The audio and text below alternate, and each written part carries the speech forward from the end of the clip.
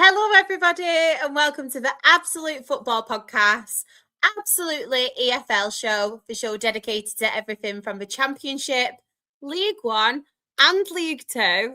Yes, it's only me and Aaron at the moment.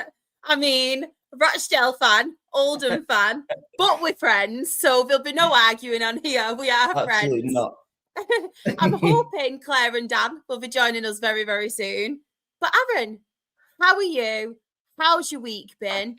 And yeah, life's good as an Oldham fan at the minute, isn't it for you? Hello, Shah.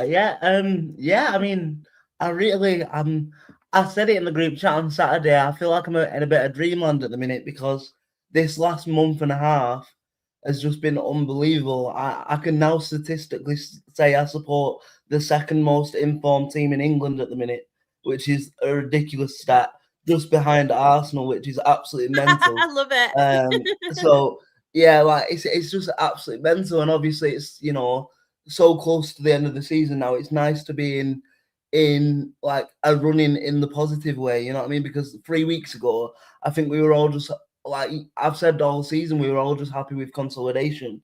But now we've just put this run together, and actually we look like the team that can maybe snatch that seventh place, especially with the games in hand. So yeah, very, very exciting times. It's looking good as an Oldham fan at the moment. I know we were talking off air about it, and we will get onto that because we might as well get to League Two first. So we're going to start with the Championship, but because it's just me and you at the moment, we'll start with League Two. But we will say hello to everybody in the chat first. We've got Spenny fan Chris. Good evening, all. A few games going on. National League North, Europa, and Conference League. He's gave us a little update as well on those games. So thank you very much, Chris. Do appreciate it. There's a lot going on. We put the jinx on Hereford because we were bigging them up on Monday's show. So, of course, we're like manager of the month on the Absolute Football Podcast, aren't we? Where we talk about a team, we big them up, and then the next game they go on a downhill spiral. So I do apologise, Hereford fans. Some more updates. Thank you so much. Forest won. It's nice to see an English club go through. Love that. Love that. It'd be interesting if they went all the way there and got relegated. Imagine. Champions League football in the Championship. I know. Imagine. Love that. He's also put, evening, folks. Evening, Chris. Hope you're okay. We have Graham as well. Evening, Graham. Hope you're okay as well. Oh, look. Up the 11 months. Graham, thank you so much for your support. He has been a member for 11 months, but he has been an OG forever. Forever. It is still 2-0 at halftime. We've got Sean as well. Sean has put, evening, everyone. Hope all is well. Is this my weekly therapy session? You tell us, Sean. You tell us. We'll be your counsellors. We won't even charge either. We have got Luke as well. All right, everyone. 0-0 Patrol is back tonight now. I know, Mr. 0-0 over here. Mr. 0-0. And we have got Kyle as well, who has put, good evening, legends. So what we'll do first, we have got the weekend's fixtures, Aaron. We will put them up. Do you want to talk about your fixture first against Grimsby at home it was. Yeah. So I think it's important to say it's probably the loudest I've heard Boundary Park this season in terms of I think the attendance was like 9,200 and like 1,500 Grimsby fans as well. So it was an absolute bouncing atmosphere and it was really, really, really tight. There wasn't much quality in the game, if I'm being honest. It took to the 60th minute for any real sort of quality to come through, and they like had one off the bar with like 5 minutes to go, which was a really, really nice shot, and I thought they were going to sneak it. And then we went down the other end, and it was the player that we're starting to coin the ginger pearl of Oldham at the minute, Ollie Hammond, played the ball through to Josh Hawkes, and obviously Josh Hawkes managed to thankfully slot it into the bottom corner to make it 7 unbeaten and 5 wins in 7 and 5 clean sheets going into the games on Tuesday. But just a word for Josh Hawkes, actually. Obviously, he'd been out for a long time with an injuries. same as Jack Stevens, and both of them players have come in and transformed our season. Really, I mean, you know, he gives so much energy. I don't know whether you've seen much of him this year, Shah, but he is a very, very, very good technical like bowler, and you know, there's an argument I think he could maybe play a level higher. So it's great to see him finally get some game time and score some important goals for us. Yeah, but yeah, like I said, really, really happy, really, really flying, and yeah, I mean, we'll. So are we doing the rest? Shall I talk about Tuesday? Or are we doing the rest? I just want to quickly ask you, Aaron, because obviously there was a little bit of uncertainties from a few Oldham fans who were saying about Mickey Mellon, wasn't there? You always get them when you have a little bit of a bad patch. It's always the manager. It's like fickle fans, we have it as well. I mean, we lost on Tuesday, and it's Jim out, or our defence are atrocious, blah blah blah. But what do you make of Mickey Mellon so far? And is he getting the fans on side again? Because I feel like your fans are so impatient when it comes to Mickey Mellon. I'll be honest, and I forget whether we can swear on this podcast, or if we can't, you can swear, don't you worry. Just don't need to see you next Tuesday. I think it's absolute bollocks. I always have done. I think you cannot argue with a man that's got 8 promotions on his CV. Do you know what I mean? Like, he knows what transforming a football club looks like. And if you look, when he came into the football club, we were in the bottom 4 of the National League. That first season in the National League, he took us from 21st or maybe 20th to 10th. Yeah. And then the second season, we finished 5th and won the playoffs. And then the third season, when the aim was, you know, just surviving, whether Athletic fans think, you know, we should be aiming higher to survive, the aim probably from board level, and his aim was to survive, which we have done with 30 plus points, and now we're 4 points off the playoffs. So in terms of a manager hitting remits and hitting targets every season, he's got progressively better. And there's talk today coming out that he is finally signed his 2-year extension. So I'm absolutely buzzing with that. And yeah, I think, you know, it goes back to even like pre-Frank days. We were the Watford of, you know, the National League. We were sacking a manager every 2-3 months. So now to go into a season with a manager for the 4th year consecutive, it just shows how well of a run, how well of a club we are run, and how much the chairman and the board back the manager as well. And I think that's really important for any success. You know, fans are so impatient, and you know, if there's 3 losses on the spin, it's like, oh my god, get him out of the club. But you can't do that. You've just got to you've got to take the rough with the smooth, and we're reaping them rewards now. You know. I also want to say as well, because we spoke about it a little bit off air when it was just me and you in the background, Mike Fondop. Talk to me about Mike Fondop, because I know, again, there were a lot of Oldham fans who said, what's happened to Fondop? Maybe he should go to the National League. There was rumours of him even coming to Dale at one point. I don't know how true they were, but there was a lot of hearsay. But what's your thoughts on Mike Fondop? Because as a Rochdale fan as well, he's someone I shouldn't like, but I do really, really like. And I wish we had someone like him on our team as well. This is an interesting one, because I am in a position at the football club where I am able to build up friendships and connections with the players as well, of just knowing them as football players. And I know Mike, and I know his wife Ellen, and they are the loveliest people you could ever wish to meet. And to have somebody like that represent my football club, and somebody that, like you say, has had to reinvent himself every season, really, in terms of his play style. You know, when he came in, he was very erratic. He loved a bit of a red card. He loved a bit of a late challenge. He was always getting sent off in that first season in the National League. And then last year, you know, he got 17 goals in the National League. We wouldn't have got into the playoff places without them goals. And then obviously this year, you know, we thought he might have taken a bit of a back space, because we signed Michael Mellon, obviously, to be the focal point, to be the goal scorer.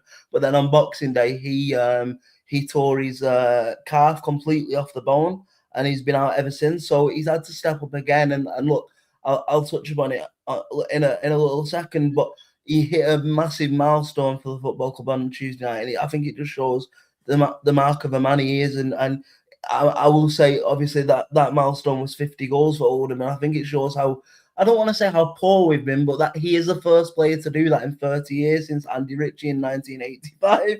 So that is such a massive achievement, you know. And again, it shows consistency. We just talked about consistency of managers. Sometimes, if a manager believes in a player, us as fans, I feel like it's our duty to have the consistency with trusting a player as well. And Mikey, to me, as a footballer, has never done anything to like make me question his trust or his ability at the football club. Of course, he has bad games. We're a League Two level, National League level club at the time. If he was consistent, he'd be playing in the Premier League every week, wouldn't he? But I think he's an absolute superstar, and we are lucky to have him at our football club. Yeah. Do you know what? Just while we're on Oldham, do you want to touch on Tuesday as well, just so we can have this segment about Oldham and anything else you want to add about them, obviously? I thought you were going to say so we can bring the segment to Oldham to a close. No, of course not. Of course not. Your fans are all on board with us going up. There's more Oldham fans that want Dale to go up than York fans. So I'm hashtag Team Oldham right now. Anything to stop Matt Ugly getting up. Exactly. So yeah, Tuesday night it was absolutely massive. I said I had a bit of a funny story I was telling you off there. I was supposed to be at the Court Live watching a rapper called Dave in Manchester. I had my ticket. I had my ticket for the game, and I decided to go to Chesterfield instead because I just had a feeling. I had a feeling that if we were going to do something, that game would kind of be the game we look back on maybe in a few weeks' time as in the turning point. And we went there and just, I don't know really what it was because obviously Paul Cook came out and said it was the worst performance of their season. And I think I would probably agree with that. I mean, they've only been beat 3 times before Tuesday night at home all season. But it could have been 5, if I'm being honest. I think we just caught them on a really good day. And, we always talk about players coming back to haunt other clubs. Mike Fondop, like I said before, got his 50th goal for Oldham.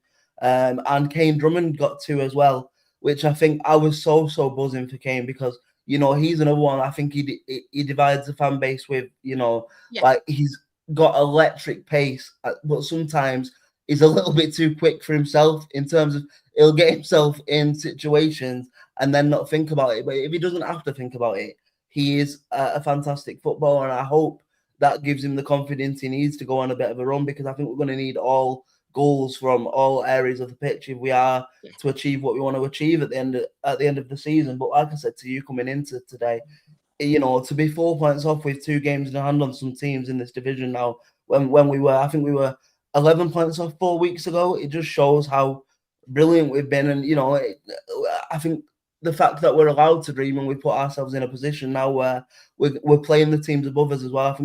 I think the fixture list has really helped us in that regard. We can have a real sort of decisive say on the playoff race because we're playing everyone in it and we're playing the bottom 2 as well. So yeah, anything can happen, and it's an exciting time to be an Oldham fan for sure. Love that. Hi Claire, how are you? Hello Claire. So sorry, my child forgotten how to sleep. I know we've been talking about this for absolutely weeks, but we're doing this new sleeping thing, so that's why I'm a little bit late. And I only put her in bed at 8:25. Bless her. Yeah, absolutely brilliant. I am absolutely fine, thank you. I've had a busy day, but do you know what? My roof terrace in my new office is open today, and I've been catching some rays on the roof. Love that. The sun just makes us happier, doesn't it? Exactly. I've actually been smiling today. I'm joking. The colds are coming off now. What an Oldham is? What's an Oldham? Oldham are the most informed team in the country. That's what Oldham are. Apart from Arsenal. Still a shithole. Do you know what I wanted to touch on as well, right? Dan was supposed to be here and we would have had AC/DC. Last week we had a skin rash and now we cack, which means shit basically, doesn't it, cack? So we've gone from a skin rash to shit, and I'm involved in both of them. Maybe that's how we got the skin rash. Did he say he's trying to get on? Yeah. And the way the cameras are positioned, I'm like a rose between 2 thorns here. Yeah, thorn between 2 roses, more like. I just want to apologise as well to everyone in the chat. If our layout does go a bit skew with, every time I mix a slide up, it's because I've done it for 4 people. And obviously, when someone doesn't turn up, Dan, the Burnley fan, I have to redo it all. So, yeah, I'm outing him live on air. Not my fault now. But yeah, Aaron, I'm going to come back to you again. Any standouts on the weekend's fixtures? Because I know there's a lot of people in the chat with theirs, but I'll come to you first. I think, obviously, to start off with the new Notts County Chesterfield game, because obviously it was 2 sides with, again, promotion aspirations, but not really for the scoreline, more for probably the craziest red card I've ever seen. In terms of, I know it's a red card by the letter of the law, but I still don't think it was a red card in my opinion. Like if that was like a water bowl that somebody would, you know what I mean? Because it was a boot, I think that's why it was a red card. But it was just very, very strange, wasn't it? The whole debacle. Yeah. But is it? I think it's a red card. Really? He knows what he's doing. He completely knows what he's doing, and he thinks, "Oh, I'm going to get away with this because I'm on a yellow card. The ref's not going to send me off." And generally speaking, don't happen, does it? You normally get a warning. I mean, I guess it just the ball away. You kick something else away. You're not going to get away with it. So I think, you know what, chat shit, get banged, as Jamie Vardy would say. But yeah, I mean, obviously, well, I would say a massive result for Chesterfield, but it kind of got cancelled out on Tuesday night, didn't it?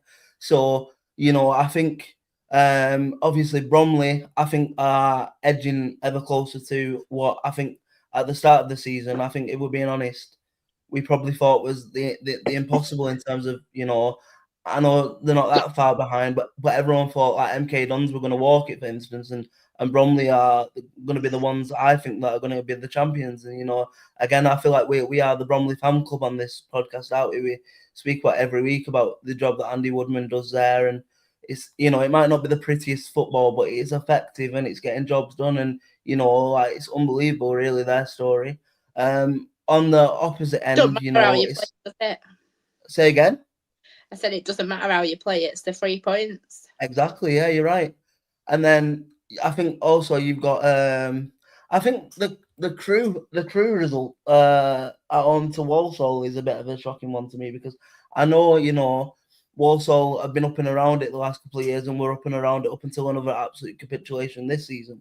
But I thought Crew were a shoo-in for the playoffs, because they were probably the best side I have seen at Boundary Park this year, and I just didn't expect that result. I mean, am I right in thinking as well, Gillingham have shipped 10 goals in 2 games, or before maybe Tuesday night they shipped 10 goals in 2 games, I think, which is crazy as well. So yeah, a real crazy set of results, but I'll leave some for Claire to dissect as well. I won't be greedy. Just gonna really quickly. I'm just gonna really quickly go to the chat, because we've got a very happy Luke, 0-0. And then Sean has put not just 1, but 3, Luke. And he has also put great start to the podcast, already 3 0-0s. And he's also spending his night refreshing the pod to make sure those 3 0-0s are actually real. And Luke, I promise I've not made any typos. They are real. They are real. So we've got a very happy Luke. One result I did want to point out, though, Newport did win. They did win against Barnet as well, so they were 1-0 down in the 32nd minute, but they did make a comeback.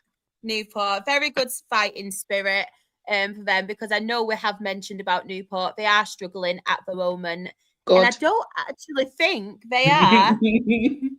Yeah, they're not in a relegation zone at the moment. Sad state of affairs for Barrow, which we will get onto a little bit later. But yeah, sure.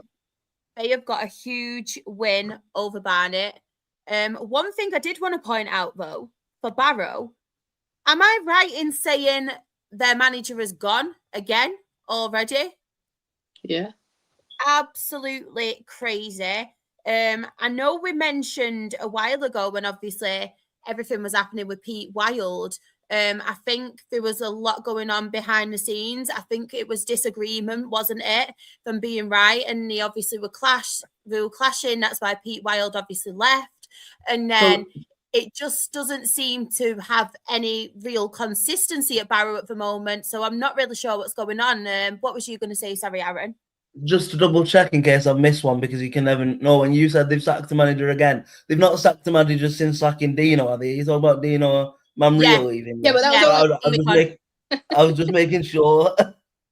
Because I think he only got appointed. Was it about 2-3 weeks ago, if that? Yeah. I thought his like manager statement, you know, like they do like statements, don't they, managers, if they're from certain like agencies. I forgot what the agency's called, but they release like statements after times at football clubs. And I thought his was like really interesting, because he said even after 2 weeks, he was sorry to the Barrow fans, but it became clear that his job was unsustainable. So that echoes to me that there's all sorts of stuff going on in the background if the manager's coming out and saying that, you know. So yeah, interesting. But yeah, getting bad though, isn't it? Like, it is. I genuinely think we were all talking about the likes of Harrogate, the likes of Newport. It was still obviously in trouble as well, near the bottom of the league. But now you've got the likes of Tranmere, who are absolutely struggling. I know Pete Wild has actually gone there now, hasn't he? But Tranmere and Barrow, they're getting sucked into it like big time, because Newport and Harrogate are actually picking up some results now. Yeah. I just hope Newport still go down, and Harrogate. They can both fluff up where they go. And thank you for pointing out, Chris. Saves me shouting at him. Yeah, I apologise. Come up with an excuse then. Come on, I'm waiting. I've got no excuse. I'll tell you what, 2 words, Claire's internet. That's what I've had today. I've had Claire's internet. Sorry, I'm not working right now. Neither's my internet. Only joking, Dan. But can you just, for the viewer's sake and to make it more interesting, come up with a really good excuse to why you were late? I was dyeing my hair. Nice. What colour have you dyed it? Peach. Love that. What a vibe. with a streak right through the middle of it. Love that. Oh, sorry, I should not mention streaking on this channel. Sorry, I forgot about that. Oh, I know. We love a good streaker, don't we, Claire? I should have said I was doing that. Yeah. But sorry, Sean, I've been remanded. Sean has finally got ACDC. It was hoping for it last week, and he got a skin rash last week. And me and Andrita. Then he had poo, which was cack. Me, Aaron, and Claire equals cack. So now he's got ACDC. There you go, Sean. Just for you. Just for you. I'd like to say that's true, but we all know it'd be a long bloody wash. It will. I reckon the Blackburn fan were giving Dan a wash. Yeah, they were, because they can't speak English, so they just spit at you. You can't say that. You pronounce vowels. I know. To be fair, somebody came up from London and they were like saying, "Why is it you say sentences with like 3 words missing? Like, what's wrong with it? I'm going to toilet. Why are you going to toilet for? I need a shout. I do that. I need a shout. Why did you just turn Scottish? I don't know. I need a shite." Ali McCoy's. It reminds me of that woman when her kids are like dancing, recording themselves, and she says, "It was one of you." Who's had a shite and not flushed it? Disgusting. Disgusting. Right, Claire. Any standouts on here for you, or does anyone to talk about? Yeah, I mean, I've got to stay consistent to him, haven't I? Is it this one? That might have gone under the radar for a little while, because I'm pretty sure they're not going under the radar anymore, are they? Definitely not after clipping this podcast and we keep talking about them. Yeah, so I mean, I think they're having a fantastic season. Obviously, they've had a couple of tough years, haven't they? Yeah. But they're doing very, very, very well. Another fantastic win. Opened the scoring, I believe, in the second minute. Obviously, I know they had the help of an own goal and like a really, really late goal as well. But no, I just thought pretty fantastic. I know that Ball is doing really well for him. Is it Don Ball? I'm just agreeing. I think it's Don Ball. But no, I think obviously any win like is important, but 5-0 win towards the end of the season. I just think they're again in fantastic. It's Dominic Ball. Yes. Well done. I think they've only lost, I think, one league match this calendar year. Good ball knowledge, Claire. And I'm pretty sure, actually, if you look into it a bit further, I'm pretty sure. Try not to spit my drink out, then. They've lost. I think they've only lost like one league match since October, I want to say. Can someone verify that? I was going to say, have you got Copilot up or something with you? No, but obviously I've talked about him quite a bit in the last few weeks. But no, I'm pretty sure someone fact check for me. But I'm pretty sure they've only lost one league match. I know they got beat by Birmingham in the cup, but you know that doesn't count to me. Pretty sure. But I just think it's fantastic form, and I think, like we've said, they've had some pretty big issues, and I think they're like a game in hand or something and 2 points off second. Not that it matters, obviously, you just need top three, but at this point, with the form they're in, I mean, I know they're getting a lot of draws, but I think you can't really, wouldn't be surprised if you saw them sneak over at the top. When did you say you thought they last lost? Like I said, once since October. Yeah, it was the 7th of February they lost Harrogate. I knew it was Harrogate, but yeah. I mean, what's that, 5 months? They've lost one game of football. Mm-hmm. I mean, they say it's a kind of good team. I mean, I know they've drawn quite a few, but yeah, fair play to them. But again, Bromley doing the business, aren't they? And Shah in particular has talked about what a fantastic model they've got at that football club. Obviously, it's not just the manager, who is also pretty amazing. And he's been so loyal to them as well, hasn't he? Yeah. But I think just, yeah, the setup they've got, the infrastructure, the way that they've gone about the business, I think they're a bit of a classy football club, if you like. I like Bromley. I really like Bromley. I like to big them up on here, as you said, Claire, don't I? Yeah. I'm glad you've done it this week, because I think people are getting sick of me doing it. I was like a stuck record. No, I kind of think that you've kind of told us a bit about it that maybe you wouldn't always know, which is why these things are good. Thank you. Dan. Yo, yo. Yo, yo, yo. Pete chair over there. Sorry. Any standouts for you? No. No, not really. I don't know who's been mentioned and who hasn't. Didn't mention anyone. To be fair, feel for Uncle Nick. You know, seeing his team lose 2-1 against MK Dons, and I just want to say as well, hope that Nick has a good recovery as well after his message in the chat. Yeah, Uncle Nick had a little operation on his knee. I know. Don't worry, everyone. That sounded really like. It's all right. Yeah. I know worrying everyone. They won again in midweek, but they've hit a bit of a bad spell recently, haven't they? Was it not like Ian Holloway? It seems like Ian Holloway had a meltdown.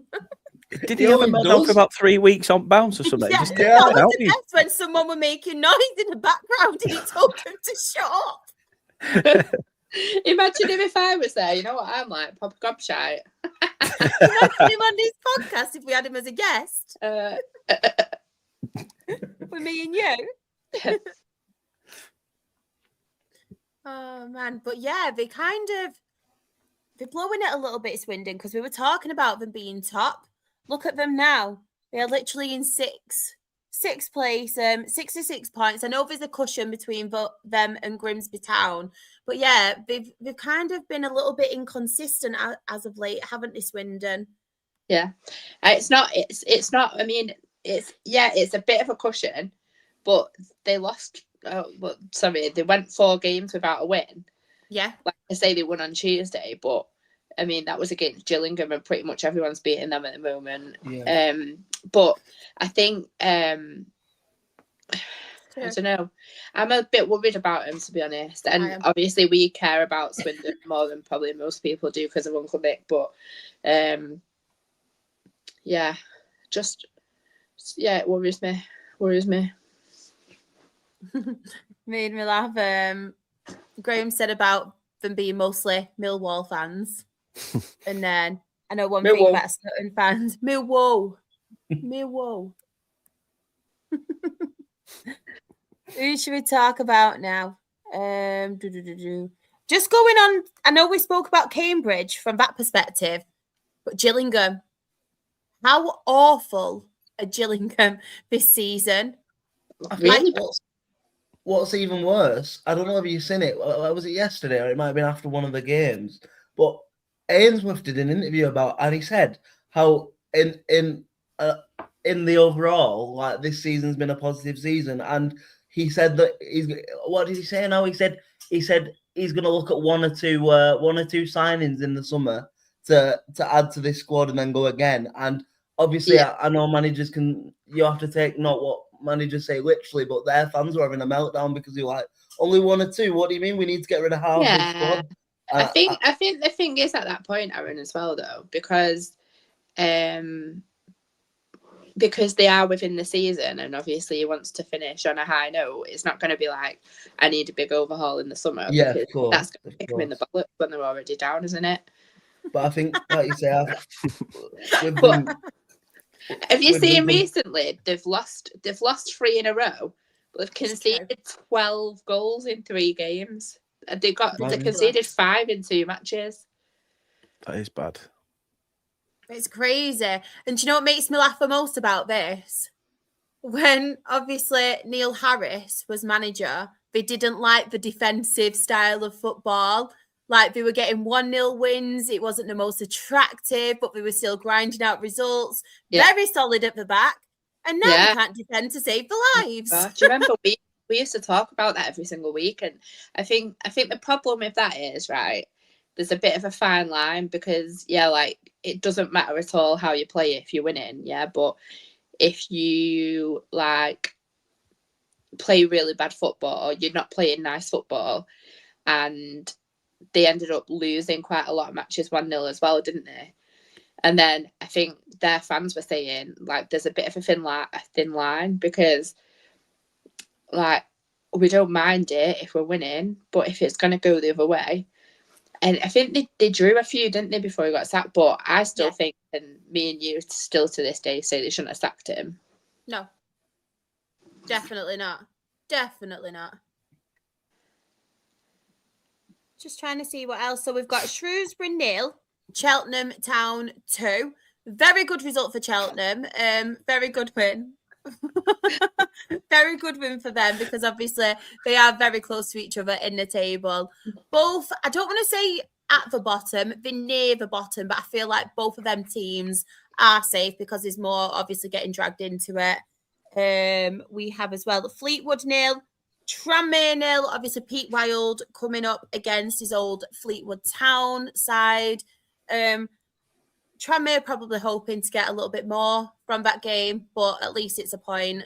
But yes, I don't think there's very much really to talk about now, is there? Barrow obviously got a point against Accrington Stanley, but obviously as well, we're talking about teams in bad form, and obviously Tranmere in there, but Crawley, they could be in a spot of trouble themselves as well with that form that they're currently on. And in the last couple of seasons, they've been a bit of a how do we say this? A bit of a basket case club off the field. So they need to make sure Jesus, Graham. They need to make sure, they steady up the ship and definitely get to safety, because I think it's interesting though, because like 2-3 weeks ago, probably even maybe a little bit longer, we all thought it was, Harrogate and Newport destined, and now there's 4, maybe 5 teams that can still get pulled into it. Do you know what I mean? And Tranmere is a really interesting one, because obviously I want Wildy to succeed, because he's a massive Oldham fan, and it's from that side of it, I want him to succeed. However, I look at that Tranmere one, and I just look, and I've seen a few of the highlights over the last few games, and it just looks like the players have just given up.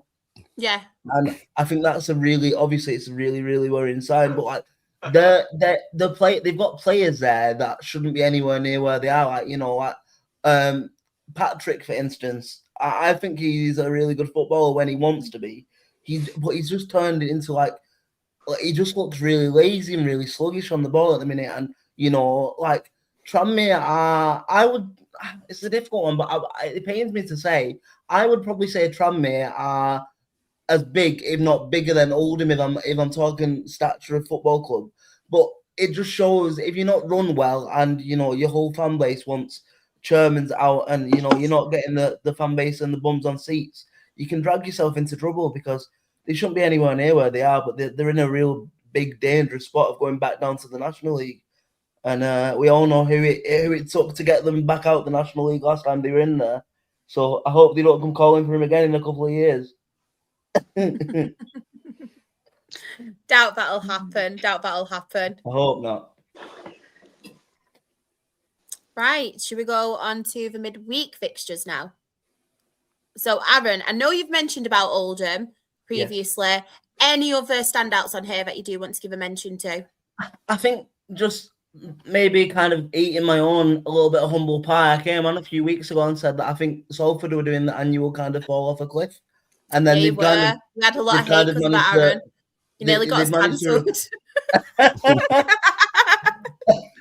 They've managed to recover it though. Yeah, they've managed to recover and keep themselves within that playoff talk, and so I think that's a big result for them. I also think a big result for Bristol Rovers again, obviously pulling themselves a little bit further. Tranmere, I know I just spoke about them, but that is my worry itself. That result there, because that Harrogate, for all intensive purposes, for 3/4 of this season, have been absolutely shite, and they got played off their own park. You know what I mean? And I remember seeing Wild's comments at the end of that game, and he was just like, "There's no fight, there's no passion." Like, if I knew, he said something like, "I knew this job was big coming in, but now I realize it's huge." And I was like, "Oh my god!" Like, that's an eye opener, I think, for him. I think it was important as well for Grimsby to get the win again, because we beat Chesterfield. Grimsby won in the last minute on Tuesday, so they hopped back into 7th, which could obviously, be a massive factor. But yeah, we don't want to talk about franchise really going on the run that they're going on, but I guess I feel like we have to, though. I feel like we have to, because we were talking about them, obviously, at the beginning of the season, and we were saying how disappointed we were considering the amount of money they've spent, the quality of players, that they just didn't seem to gel. And I feel like now, the back end of the season, they really are hitting some form. I think they're only 2 points now behind Bromley, if I'm right in saying. Is it 2? Yeah, they are. Yeah, 2 points behind Bromley. Be playing some really, really good football. As much as people do dislike them, I feel like we do have to still give them a mention, because they have climbed up the table. They've been playing some really good stuff, getting some really good results as well as of late. So yes, I think we do have to give some credit where we can to MK Dons, to be fair. For gritted teeth. Exactly. I mean, they have faced some teams that are in bad form, so is that part of it? Because they've had Harrogate, they've had Gillingham, obviously they've had Swindon that are not winning at the moment, and then they had Colchester. So they've not been up against the toughest opposition. And I'm just putting it at that, let's keep it balanced in the hatred of Milton Keynes. Oh, Hereford. So we've not fully done the jinx on them. I was just saying, everyone, we were talking about them on Monday's pod and saying how brilliant they were doing since obviously the change of manager, and then 2-0 down, but they have pulled one back. So we've not done the full jinx on them. I was saying we're like manager of the month, where we'll talk about them and then they'll just completely go into free for all. Dan or Claire, who shall I come to? Aaron, put one under pressure. Go on, Dan. You can give me some League Two thoughts. One that Charlotte will agree with is Oldham are shit. No, I'm all joking. I'm just trying to Aaron. Out of everyone on here, I thought we were friends. We were on a level. Oh, are we not friends? Are we not friends? I know, yeah. What about me? When it was just me and you, Aaron, you said I was your best friend and your favourite on the pod. Then these two come along and it's all about Dan. From a rivalry point of view, there's supposed to be nothing between me and Dan. So Claire, you're my favourite. Yeah, I'm in jest. I mean, that's a good win for you guys, to be fair. Putting Chesterfield under a bit of pressure. They're still vying for that playoff pack. You're now trying to put your name in the hat for it as well. So I know obviously you couldn't speak about the game because Shaw didn't want to hear you gloat about how much you're doing all right. Actually, he spoke about it when you weren't on because you were late. He spoke about both games, actually. I let him have a segment. Yeah, but there's a reason why your camera is just that square, because underneath it, every time he talks about positives, you're like that underneath it with two things underneath the camera. Like, you just shaking with anger. Don't want to hear it.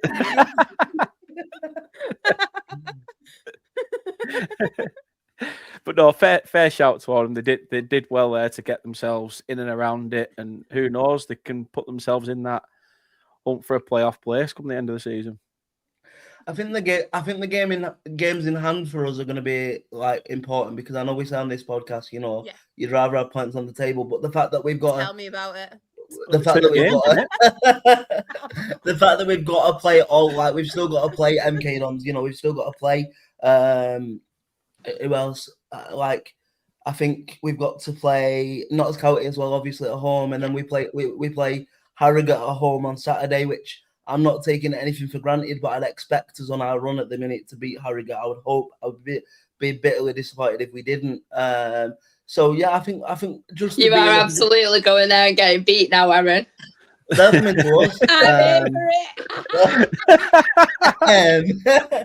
Maybe I might have just done the manager of the month curse on myself there. Definitely did. But we'll see. But like I said to Charlotte on before, when we were doing it before, I said if you would have said to me in March, because it's easy to forget. I think sometimes because teams don't tend to struggle from the National League, there's no God-given right that a National League side won't go back down, and the fact that we are so far clear of the drop and have put ourselves from 11 points adrift of the playoffs to 4 points off with 2 games in hand on some teams is a remarkable achievement, and we've done it with the second best defense in the league. And that is really, really important. And I think whatever kind of happens, we've got real big positives to build on next year. I always say, for me, it's all about small improvements every season. But now I think if we're doing this and we can go on this run, we've got to get a playoff place next year. I don't see there's no reason why we can't do that, because also I think it depends what's going to happen in the summer. But there's rumours of our goalkeeper Matthew Hudson, who has got the most clean sheets in the league. There's rumours of him going for maybe up to £1 million in the summer. Wow. So obviously, if that happens, then obviously we've lost a great keeper. But at this level for Oldham, that could be reinvested into a squad and take us to that next level itself. So I think it's just a real, real good time to be an Oldham fan. Yeah. I think the one thing you will say, I think probably for the 4 of us here especially, is that it's good for Northern football. Like I say, Rochdale doing well, Oldham doing well, Stockport doing bits, and Burnley doing shit as usual. So yeah, it's all good. You'll smash it next season, Dan. Yeah. Always do it championship. We will do, even if Scott Parker's there. You only have to finish 8th now, don't you? Exactly. Yay! Exactly. Claire, anyone here you want to talk about? I'm really sorry to Rebecca, but you can't not talk about a 4-0 away win, can you? Notts County are hitting some good form at the moment. Obviously, weekend aside. But yeah, I think that's a really, really solid away win. Obviously, clean sheet as well. And obviously for our Chloe, go on the Bristol Rovers. Yeah. Doing well at the minute, aren't they? I know obviously they got beat 1-0 to Bromley, but apart from that, they have been winning quite a few games on the bounce, haven't they? Yeah, and was it that shit player that scored for him a couple of times recently, Aaron? Listen, you're missing my point. You're missing my point here. We are the winners. We are the winners. I don't give a shit what he does for the rest of the season. No, but do you know what? We've made £250,000 on Is a that free water transfer. in that bottle, Aaron, or vodka? You're getting brave, pal. Let's enjoy this. And I've said it several times. Some players just don't suit your club. It doesn't mean they're a shit player. No, but all I've said is we signed him for a free transfer. I've seen him play for my team for maybe 30 games. He was absolutely shit. There's no denying for that. your team. There yeah, you go. But my whole point was we signed him for a free transfer and got £250,000 for him. So which is good business, Aaron. But that's not all you've said, because you said on that bloody group chat, obviously it's in black and white or green and white. Yeah, you said he's the worst footballer I've ever seen. Yeah, but that's what I mean by my experiences with my team. He is. I think every time someone signs a player from you now, they're going to be absolutely buzzing, because look at Manny D. Shit. Look at him. You said he was shit. They're both smashing it. Listen, all I'll say is if Bristol Rovers stay up, we get an extra $100,000 on the deal. So again, good value if they're smashing it, though, isn't it? It's worth his weight. He can score 25 goals and get the Ballon d'Or for all I care next year. You know, I don't. You would be absolutely effing raging if you let go of someone who scored 30 goals in a season for that amount of money, and you know full well that you would be absolutely gutted about it. I'd be gutted about it. Shah would be gutted about it. Dan would be gutted about it. So don't try and pretend that you wouldn't be. I'm telling you now, hand on heart, there's not a part of me that thinks that we should have kept Joe Quigley, or thinks that Joe Quigley was a decent fit for Oldham Athletic. Anyone smell that? Didn't know you could smell bullshit through the screen.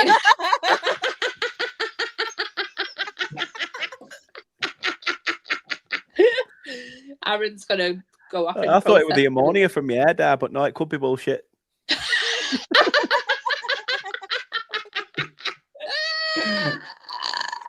One peachy chest. Oh, that was funny. That. I like being Aaron having these little moments. We're laughing all the way to the bank. So yeah. Yeah, but imagine he gets 30 goals next season and gets them promoted. Meanwhile, they're farting all over Oldham.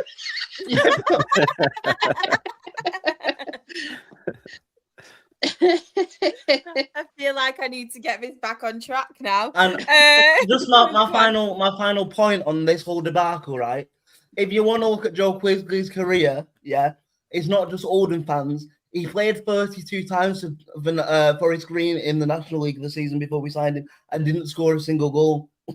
So, and is it it doesn't mean he's a shit player because it's not worked for a couple of clubs. But he's a striker and he scored 3 goals in 2 seasons. Stand by this.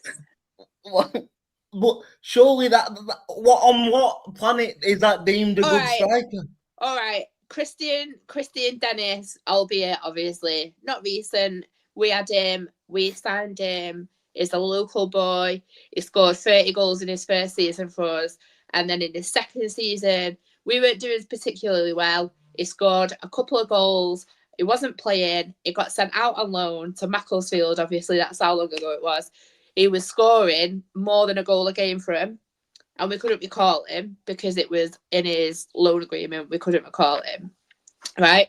So all our fans are like, he's off it, he's shy, he's not the player he was last season, right? But then he just wasn't doing it for us that season. Doesn't mean he's shy, because obviously he's gone to Macclesfield and he's smashing it. It just wasn't working out for him at that club. And I'm not specifically talking about him, just in general. Footballers, like, it's probably the hardest profession to get into, and you're not going to be able to remain, especially a football league player, if you're not a decent footballer. Yeah. Well, I think I don't want to say we'll agree to disagree, because obviously we both got different viewpoints. And like, all I'm looking at it now is from a financial point of view. I think we've won that Jury. that player. You know what I mean? Like, but in terms of Graham could be our very own Jerry Springer. He's got the specs and everything. This all come from us saying we were happy for Chloe, so I think we should get back to that and say we're happy for Chloe and we hope that Bristol Rovers stay up. That's one thing I think they stay up, if I'm being honest. I think they stay. I'm gonna go for Salford, because obviously we're speaking about them. Barrow was struggling, and I wanted to point out Fabio Barini scored 2 in this game, because I know a lot of people were like, "What the hell?" when he signed for them, like, this season. I think he's scored 3 in 3 games now. He got 2, obviously, in this game, this particular one, and I just wanted to point that out. They're in really good form at the minute, Salford as well, and I feel like they really needed to pick up the form, because since obviously playing Manchester City in the cup, and they did very, very well, obviously, when they played them, really, really good, put the bodies on the line. The defending as well, I thought, was excellent compared to the previous game against Manchester City that we saw in the cup, but I feel like they had a little bit of a hangover from it. But they've got back on track now, which is always good to see. But yeah, Salford are smashing it at the minute. But it just shows as well how much Barrow are obviously struggling. We've touched on Barrow before. And yeah, I think they're really, really in trouble, Barrow. They're my favourites. And I know we've spoke about it like the last couple of weeks. But now they're the ones that I think are really, really going to struggle, because I can't actually see them picking up much more points, to be honest. No. I agree. No, they're not the best of clubs, are they? I mean, like you say, conceding 22 goals in a season is still, but I know Harrogate and Newport have worse, but still, I mean, they've got a game in hand. You know, looking at it, they have got a game in hand, but the form just doesn't scream. And at this business end of the season, conceded 22 goals in a season. What did you say then? Not for a team down there, they've conceded 22. So I was saying for a team, they've conceded more than 22 goals this season, though. But they're on minus 22 on the goal difference. Minus 22. Yeah, like, right. Yeah, I was confused. They've only scored 8, I think. Personally, but yeah, they're. I think at this part of the season, this is where you've got to dig deep. You've got to be having them team meetings, rally the troops, sort of stuff. It just doesn't seem to be anything like that at Barrow, unfortunately. There's no consistency about them at the minute. They get managers leaving left, right, and centre. Obviously, they need somebody, a little bit of consistency. Yeah, this in Barrow. Yeah.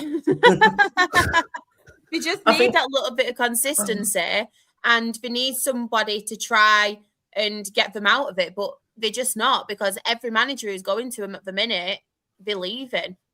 The problem with Barrow as well, and I don't think it's anything that can be helped either, but unfortunately, they're a club that don't have a pre-built fan base. They, like, if you look at the home attendances, it's like, you know, they're just about getting 2,000 most weeks. And you know what I mean? Like, you're not going to survive on them gates anyway, even if you were a fairly safe, well-run football club. And so it's just everything seems to be going against them at the minute. And but like I said, I don't know how much you can distribute it to a players and a group of managers if there is so much uncertainty with the ownership and the structure of the football club, because is it three managers who've gone through now this season? Obviously, because of, was it Paul Gallagher went in for a little bit and then he lasted like 40 days, didn't he? And then obviously Dino lasted 2 weeks, like we said before. So yeah, it's not good. It's not good at all. We will move on though. League Two table. So top of the table, we do have Bromley on 76 points. MK Dons are second on 74 points. Cambridge United, they do have a game in hand. They are third on 69 points. Fourth, we have Notts County on 67 points. Salford City are fifth on 67 points. Swindon Town are sixth on 66 points.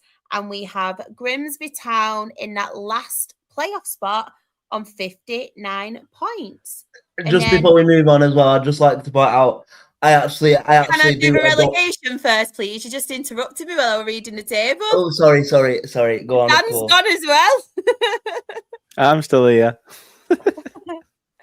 And in the relegation zone, we have in 23rd, Harrogate on 30 points, and bottom of the National League, we have Barrow on 29 points.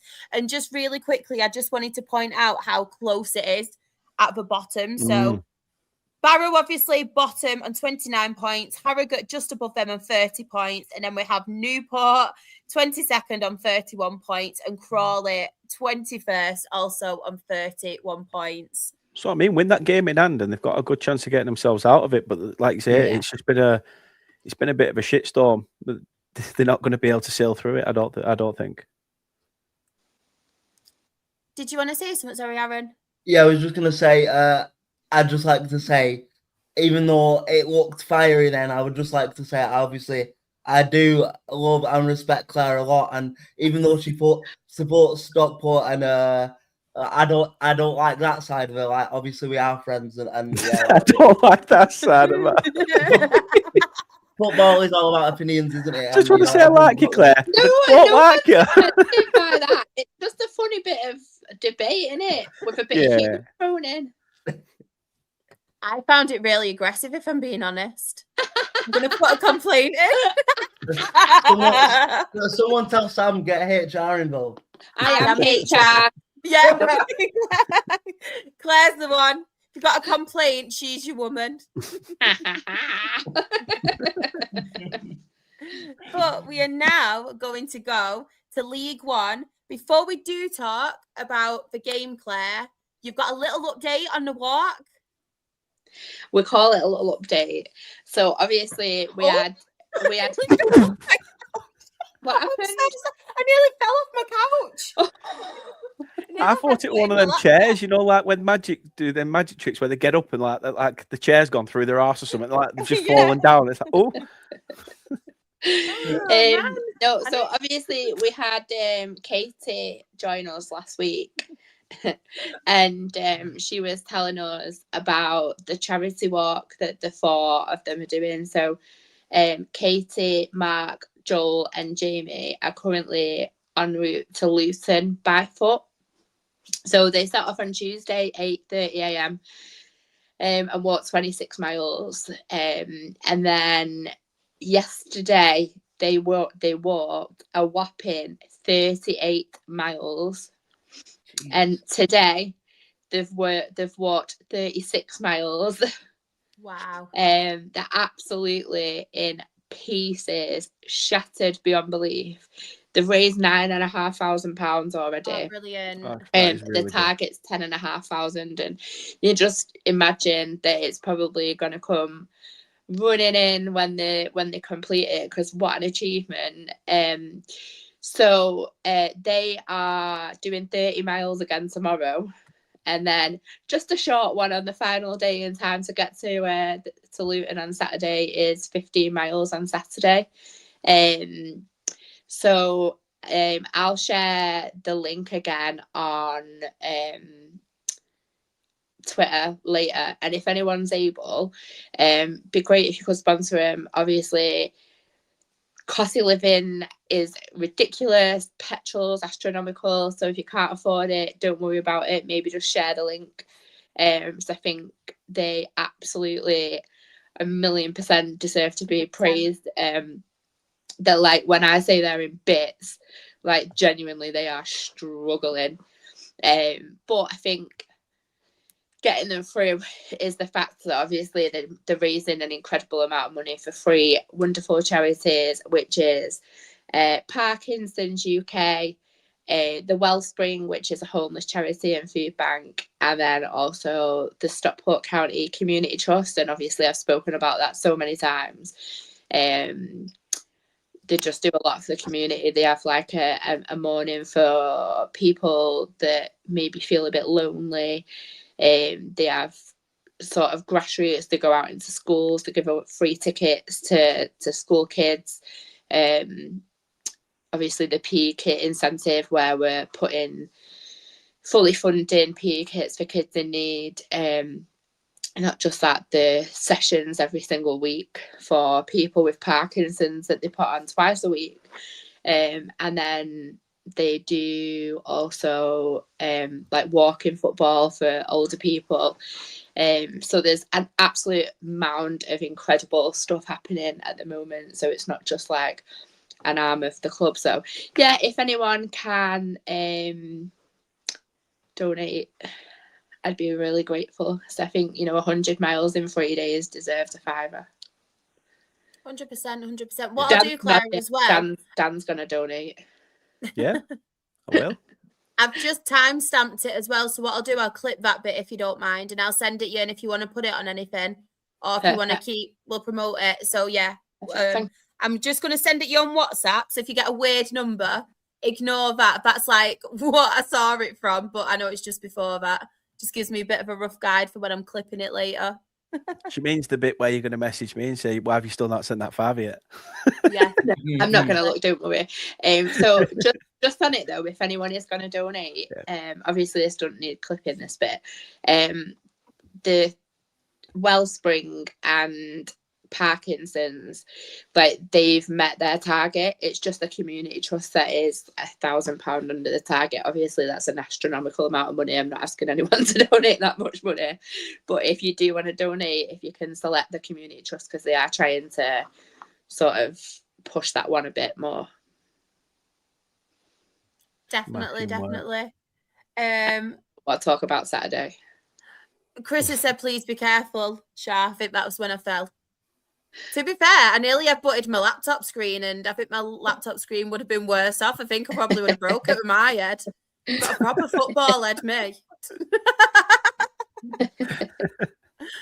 Do you want to talk Stockport, Claire? I mean, you don't have to. Yeah, I mean, I'll just go out there and say what I've said many times this season about Lincoln. They don't really play that much football. They're not a possession team. Like, on that day, we were not very good, let me tell you. It's not, not to be clear, I'm not saying that we shouldn't have lost, because we absolutely should have. But we had 71% possession at an away match. We had 15 shots, 5 corners. They defend really, really well, but they just use the ball to their advantage. And I think that it's really hard to break them down, because as they progress up the pitch, they really know what they're doing, and they're clinical as well, aren't they? That's what I mean. Yeah. I still think that they might win the league. Obviously I know that it didn't go their way on Tuesday, but also didn't really go Cardiff's way either. But Lincoln, I know they got an equaliser, didn't they? But no, Cardiff got beat at Wickham. So, was it at home? I can't remember. Whatever it was, it doesn't really matter. But yeah, it was another poor match from us. We have, and I'm going to get myself sick to the teeth for saying it, we are not doing well this season. We might be in the playoffs, but we're not doing well. And I've said it quite often that it worries me how wasteful we are in front of goal, and also the individual errors that we're making at the back.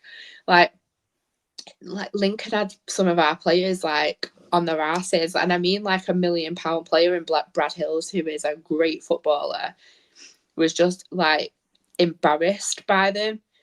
It just worries me that, I mean, I've said this again, I've said it, we didn't adequately replace some of the players that left in the summer. Yeah. And it's pretty shit, really, when you know that they've gone on a free transfer elsewhere and they're playing incredibly well. Why can't we keep some of them players? But I think they definitely taught us a lesson. Like, they'll win the league. Do you want to touch on Tuesday as well while we're talking Stockport?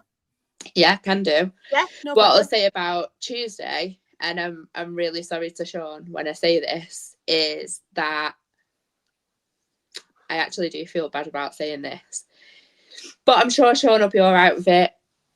We did have 22 shots, might I add, on Tuesday night, but only 8 on target out of 22. That's pretty bad. Some of the ones that were on target, you know, those little weak shots that just go straight at the keeper. Yeah. Not troubling anyone. We did have some positive play in the kindest way possible, because obviously I don't want to upset anybody. We're just lucky we played a really, really bad team. Yeah. So Sean will probably agree, to be fair. Yeah. He says it'd be shy. Yeah, he does. We were still wasteful. We still didn't do enough with the ball. Imagine my shock, though, when we went 1-0 up after like 83 seconds. Kind deflection, I suppose, for us as well, but you take them. But we can, like, they scored a frigging ridiculously badly defended goal right on the brink of half time. So what was a nice touch, though, we had planned an applause on the 57th minute for a diehard County fan that had passed away, and we scored on the 57th minute. And it kind of just, like, do you know those things that you kind of think, oh, you know, that was destined to happen or whatever. Such a nice thing. All the fans are obviously cheering and celebrating. But I still worry for us. Obviously, it's probably, like, sounds ridiculous that I'm saying this when we're 5th in the league. But I've watched us play a lot worse than we've played in, like, the last 4 or 5 years. So I am concerned. I think, obviously, we've got the trip to Wembley, which has not really come at the best of times. We've had the games called off with Mansfield being in the FA Cup. So we've got a few really tricky weeks coming up. We've got 2 games in hand against teams around us, but it's going to get to a point where we're playing twice a week at the business end of the season, where that's when you're kind of wanting to sort of chill down a little bit, ready for the playoffs, hopefully. Yeah. So I do just kind of worry that there might just be a bit much to do. To play, but like, hopefully we can do it. And Charlie is incredible, and there's a lot of people now in the Charlie out camp, which does seem ridiculous when we're 5th in the league, but I think it's just a sign of how bad we've been. I think there's questions being asked now on whether maybe he's taken us as far as he can take us, by quite a lot of our fans. Everyone loves him, but they're just wondering now, like, is that what his capability is? But I do think it's maybe a bit harsh, because he's done wonders for us. To play devil's advocate a little bit on the other side and be a bit positive with Stockport, could you not, like, the way I see it, I think if you obviously cling on into them playoff places and get there, do you think in a weird way your experience last year with how it happened last year, will that kind of, I know you said it was you had a lot of turnover with players, but do you not think you had the experience of that, the heartbreak last year? Will that not kind of spur you on to put it right this year if you get there? You know what I mean? I do. I think it's a bit weird, really, because obviously last season was our first season back in League One, and I don't think if you ask anybody, they would have expected us to end up in the playoffs. And I think because of that, like, whilst we were disappointed, there wasn't kind of that heartbreak element of disappointment, if that makes sense. Yeah. But I think that the club, specifically the club, have talked a good game. And I think that a lot of the pressure is coming off not only the investment that we've got, but the noise that's coming out of the club. And don't forget, like, our 5-year plan is to be in the Championship by 2027. So they're getting to the point now where they've got like 1 and a bit seasons left to do it. And if that doesn't happen, look at Fylde 2022. Like, they get the piss took out of them. We used to take the piss out of them. So can you imagine, like, that 5-year plan is all over the place. They're putting this on themselves. They're telling us we are going to have that club in the Championship.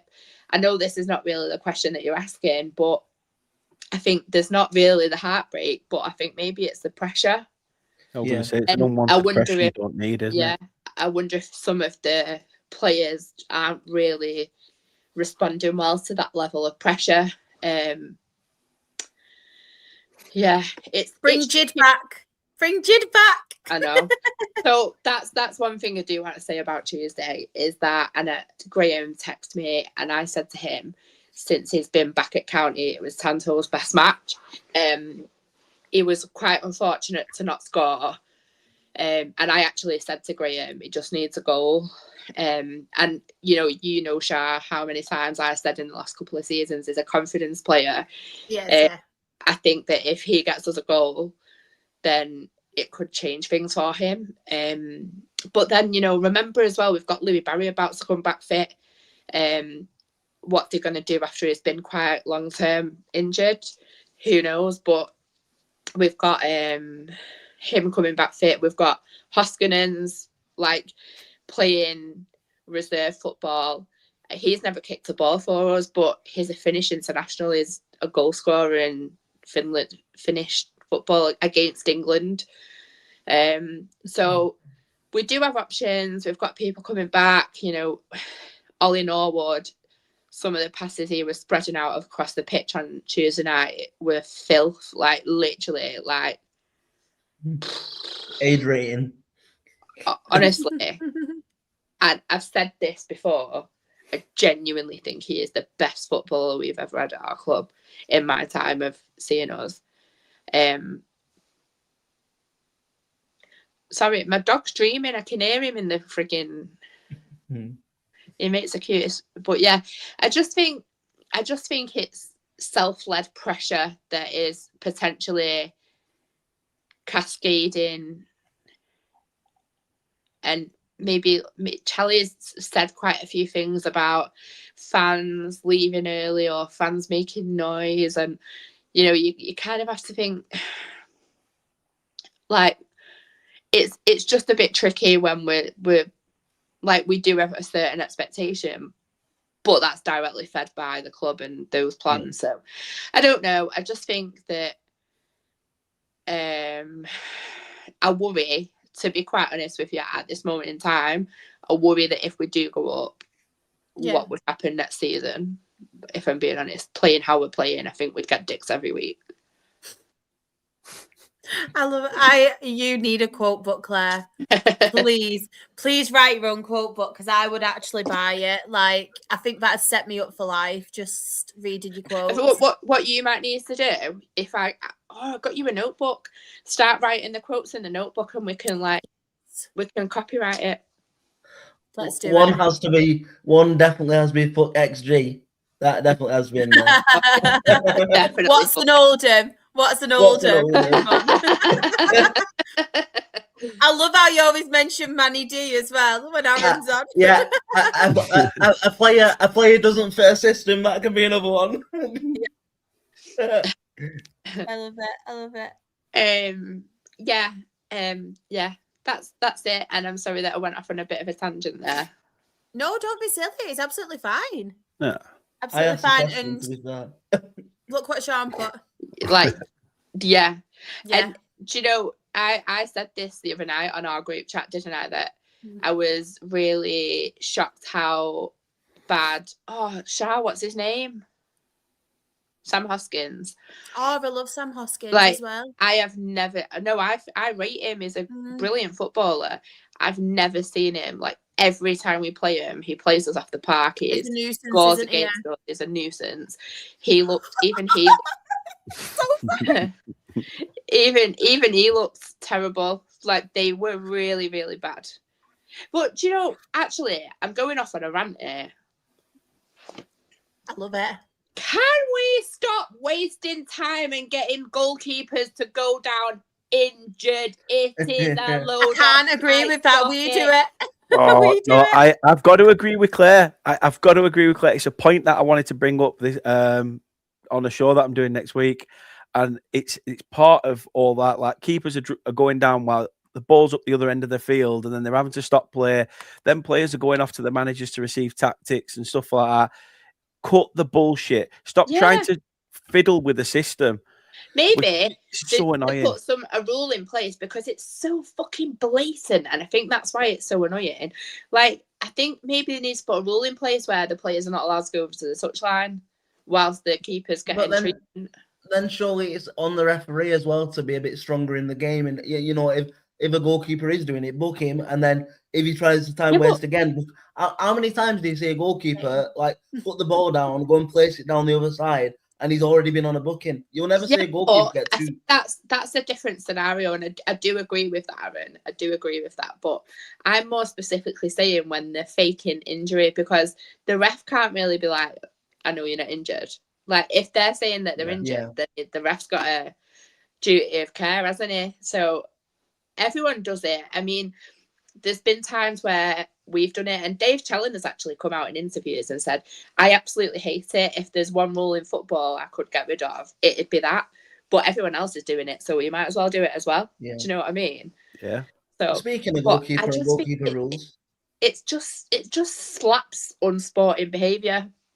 Having said that, clearly it works, because only about 2 or 3 minutes after Northampton did it on Tuesday night, they scored the equaliser. So I think maybe their coaching staff had recognised a weakness on the pitch or something. I don't know. But they went and scored. But that's not why I'm annoyed with it. It's annoyed me for a long time. But it's the same with the rule that they brought in at the start of the season for goalkeepers, that they just seem to have completely kiboshed halfway through the season. It's the ball in the hands. If you got your ball in your hands for more than 5 seconds, it's a corner. Where's that gone? Like that was a thing at the start of the season. Now they've just completely got rid of it. I don't know. They've been doing it. They've been doing it every week in Prem. Like, literally, giving corners away. Yeah. It's happening quite a lot. Also, the new rule is the keepers are getting the ball and they're going towards the edge of the box already, because there's already a player basically on the edge of the box of the opposition.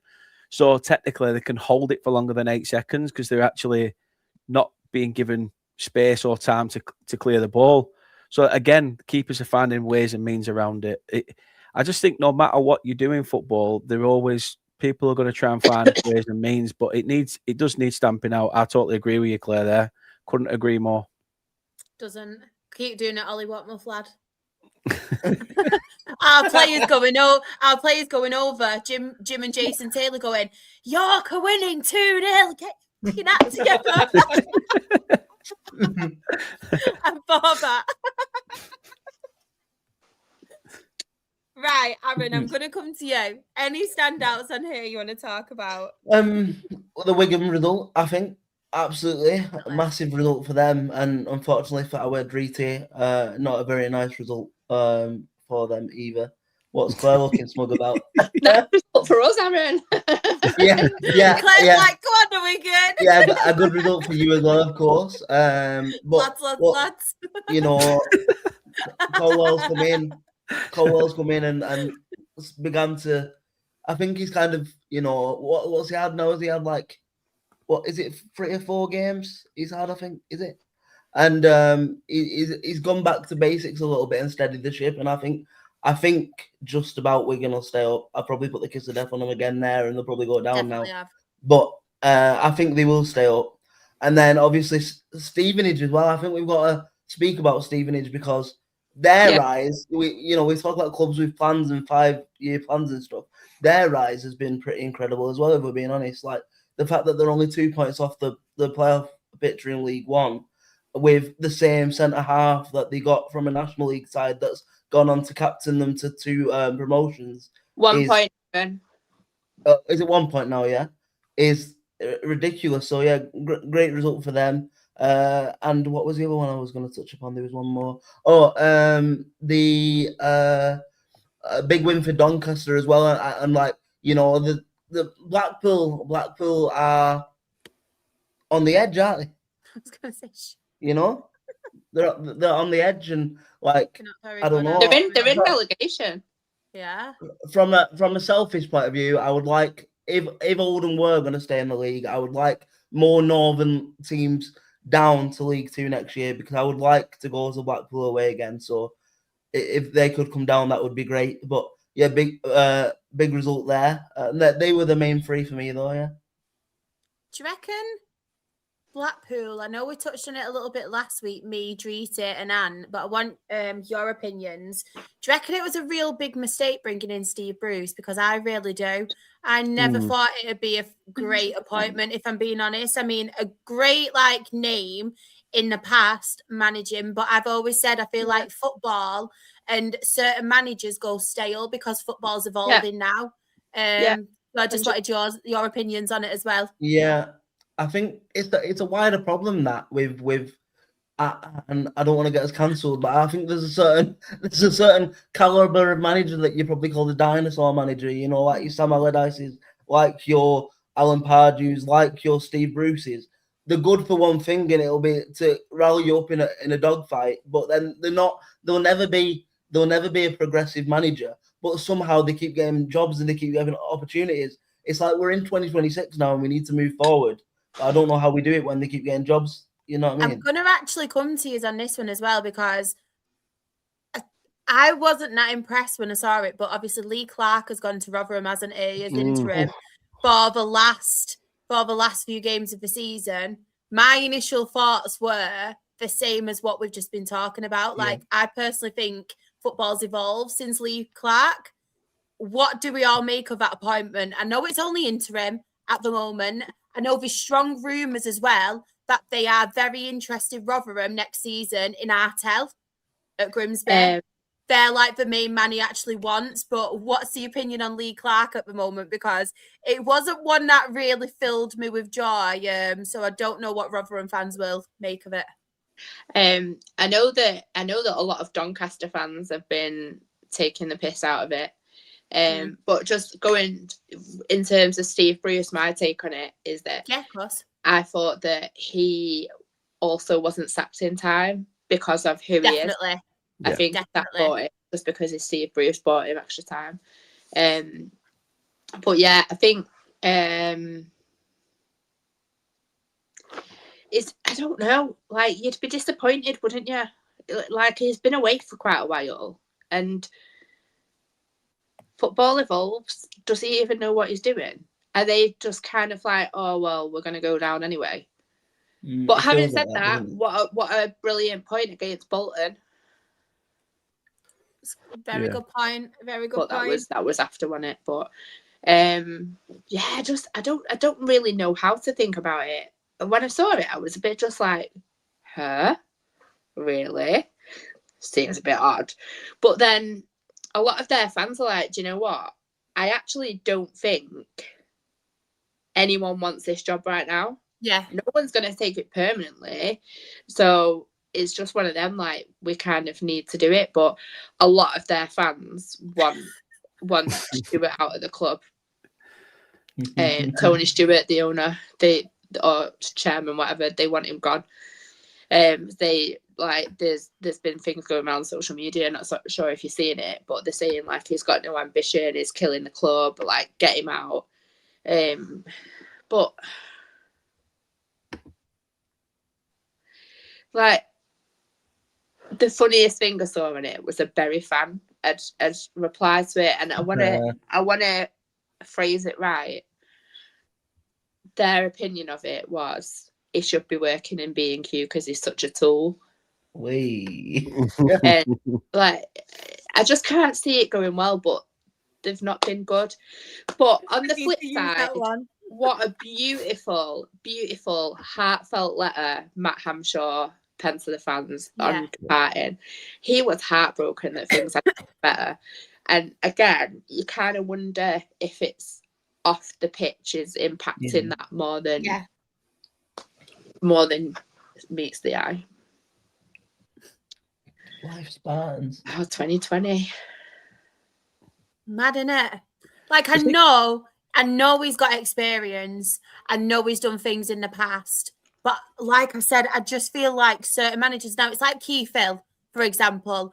Everyone knows how much I love Keith Hill and what he's done at Rochdale. When he's gone to certain other clubs, it's not worked out for him. I thought Keith Hill was brilliant back in the day, but I feel like now, if Keith Hill went to a football club, I think football has evolved from that kind of thing now, and certain other managers. And I'm not saying it's a bad thing because they're bringing experience, but it's like Darren Ferguson, for me, was a prime example of it. And I think I said it earlier on in the season, and when Peterborough were struggling, and look how they've changed around since he brought in that manager. I know, obviously, the last couple of results haven't been fantastic, but they really have turned a corner, haven't they? So yeah, I don't know. It's a catch-22.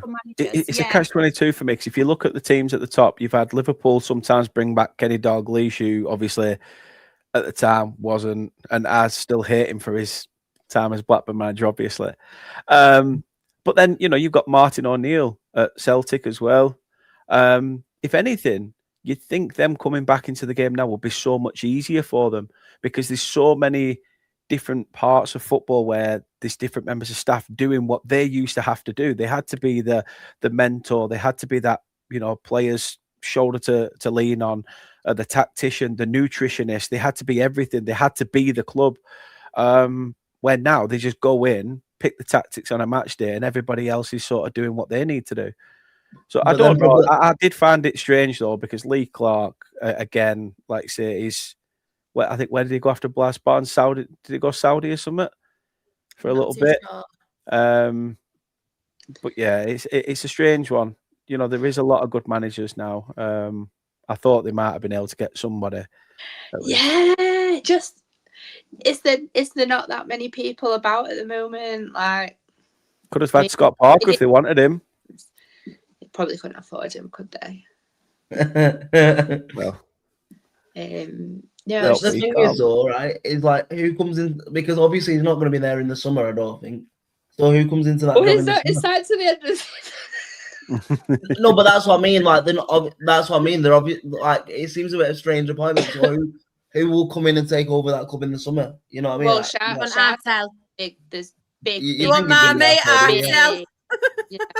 There's big shouts about Artel going there, and I think he's a fantastic manager, someone that I can see doing well. But having said that, I think Rotherham needs to be a little bit more ambitious as a club and back the manager a bit more. And I'm not saying go out and spend an absolute fortune, but yeah, they just need to back him a bit more. Definitely. It's strange for Rotherham as well, because they usually are that team that you always see in that bottom bracket of the Championship, but the top end of League One, and now they're not. They're having a bit of a. I've just got the most random WhatsApp off Graham, and obviously, seeing as Graham's such a podcast family member, it's just put, "I swear, my luck. Someone has a voodoo doll of me. I've dished up my dinner, and in the process of putting the food on my plate, a Brussels sprout fell out of the pan and into my cup of tea." Saving it for later. A nice treat. When you're a bit peckish, Graham. You'll have to let us know. Maybe they have biscuit tea. They have, what is it, jam and toast tea. Let us know if Brussels sprout tea could hit off. Yeah, at Christmas. One for Christmas. So you did what I did earlier then, Shah. One for Christmas. I know. Oh, sorry, Dan, for interrupting. No, it's fine. It's fine. Now, just saying that Rotherham are usually that staple between League One and the Championship, and now they're, it's coming back to bite them in the arse. And I don't know whether that's because football's becoming more. I don't know. I want to say advanced, but I don't know. I feel like it's been being ruined by those out of the game more than in the game. I feel like we used to have a lot of players that you'd buy a player on his technical ability, not the fact of a CDM that I can now put into centre back just because he's better with the ball at his feet because of all this pep shit. So, facts. So I don't know. It's football is evolving, but I don't think it's evolving for the better. And I think that's why we're seeing a lot of these clubs that have had success now starting to falter a little bit. No, I agree. Completely agree. Just going on to another couple of results. A fantastic win, obviously, for Luton away at Wigan. Since Jack Wilson's obviously come in and Chris Powell, I've said it time and time again. Similar with Tom Cleverley as well. Obviously at Plymouth, I know they were drawing. I know they drew, 2-2 at Reading. But can we actually talk about Reading? Because I know we have gone on about Cambridge being under the radar. But can we talk now about Reading? Because it wasn't so long ago we were saying how they are struggling. Could they possibly be in a relegation battle? Vice versa. And they have shot up the league now. They are in the playoffs, in that last playoff spot at the moment. Like, credit where credit is due. They are absolutely smashing it at the moment, aren't they? Incredible form that they're in. Them and Wickham. And to a point, Peterborough. I think it's going to make it a really interesting end to this season. Obviously, just a handful of games left now, but they're doing incredibly well. Definitely. At the right time as well, you'd say, wouldn't you? They did it last season, though, didn't they? Because despite everything going on off the pitch and before they got that takeover, I feel like the last a few months at Reading, they just really did shoot up that table, didn't they? They obviously just missed out on the playoffs again, but it was like a win. It was like a win situation anyway, regardless, because they got obviously the owner out. We've got a new takeover and everything, and I really am so happy for Reading fans because they have been through it, haven't they? The last few years, completely gone through it. So it's really nice to see. Really refreshing to see. And obviously getting a win against Burton Albion away. So very good win for them. Claire, I'm going to come back to you. Yeah. I just think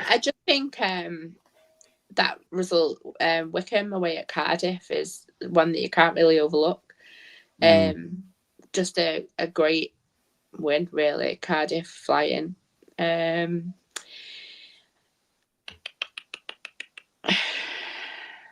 Leyton Orient as well, winning the 2 games. Like the last 2 games spoke about, because they've been really struggling as well, haven't we? I know we spoke about it quite a lot on here, but they're finally picking up some wins. You're kind of worried for them about maybe them being dragged towards relegation, but I don't know if you're seeing it, it's actually so tight at the bottom of the table, because between 15th and 21st there's 5 points. It's mental, isn't it? Yeah. I'd say probably Wimbledon up, you'd pretty much say are safe, but the rest, I mean, Leyton Orient really needed those wins because they did fall into the relegation zone for a bit, didn't they? I just think 3 wins in a row as well. Yeah, exactly. They really did need it. They've again hit in some form at the right time, but I think as well for selfish reasons, brilliant result for Bolton and brilliant result for Bradford.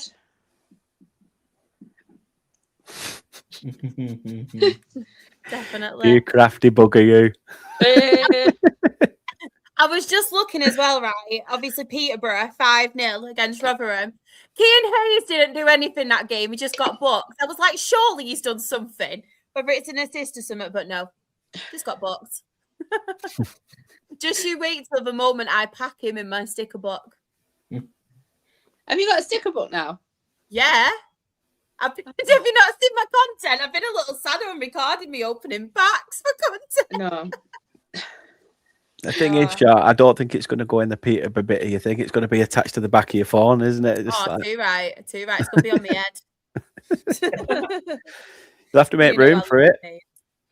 I want my forehead massive as it is. No, is it? I've set about 10 Q&A's on my head.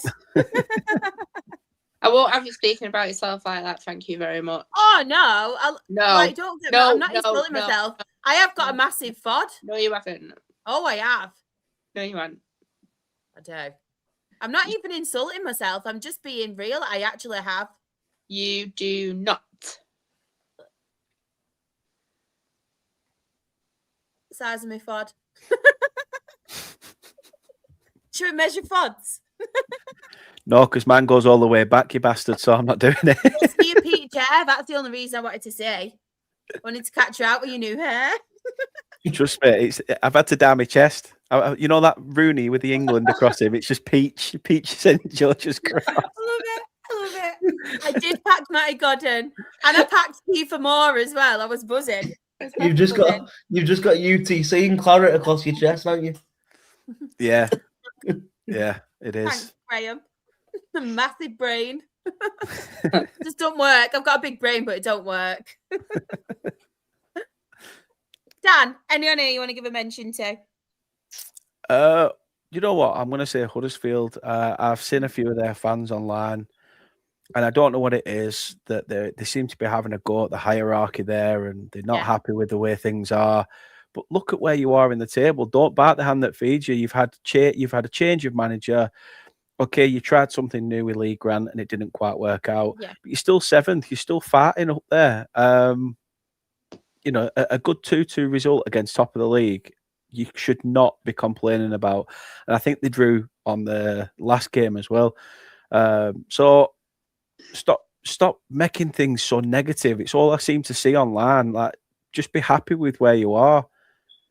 You know, I'd bite your hand off to be in 7th place now than be where I am having to deal with the crap I'm dealing with.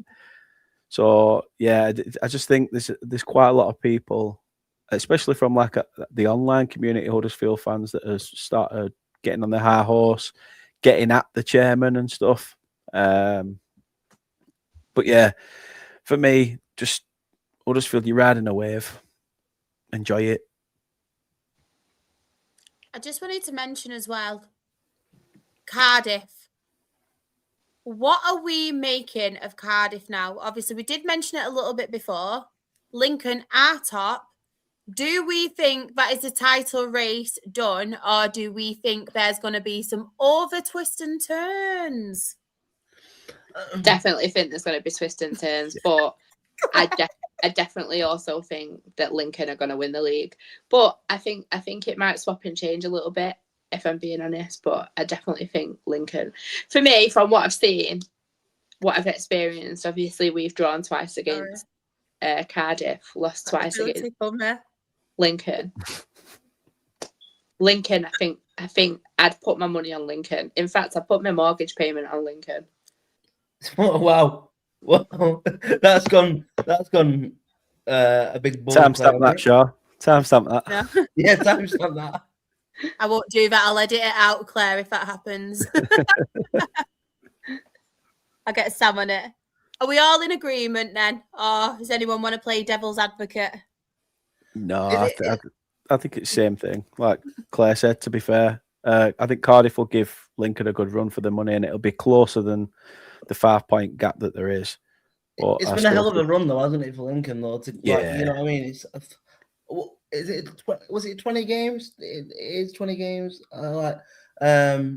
Like it's ridiculous, isn't it? But you know, I don't even know what a chubby checker is, but that's what made me laugh. I've been called worse, Graham. Made me laugh as well. Proper sound like Oasis. Like my imagination. I don't realize I'm doing it, but sometimes I slow myself down. Do apologize, everyone. Lincoln and Cardiff will be top 2 anyway. You can't see, but They're drawing too many, Bolton. They went on a really good run, but they're drawing too many games again in recent times. Agree. It wasn't aimed at you, the chubby checker. I know that. The only time I check out the chub is when I'm looking in the mirror. Check out the chub.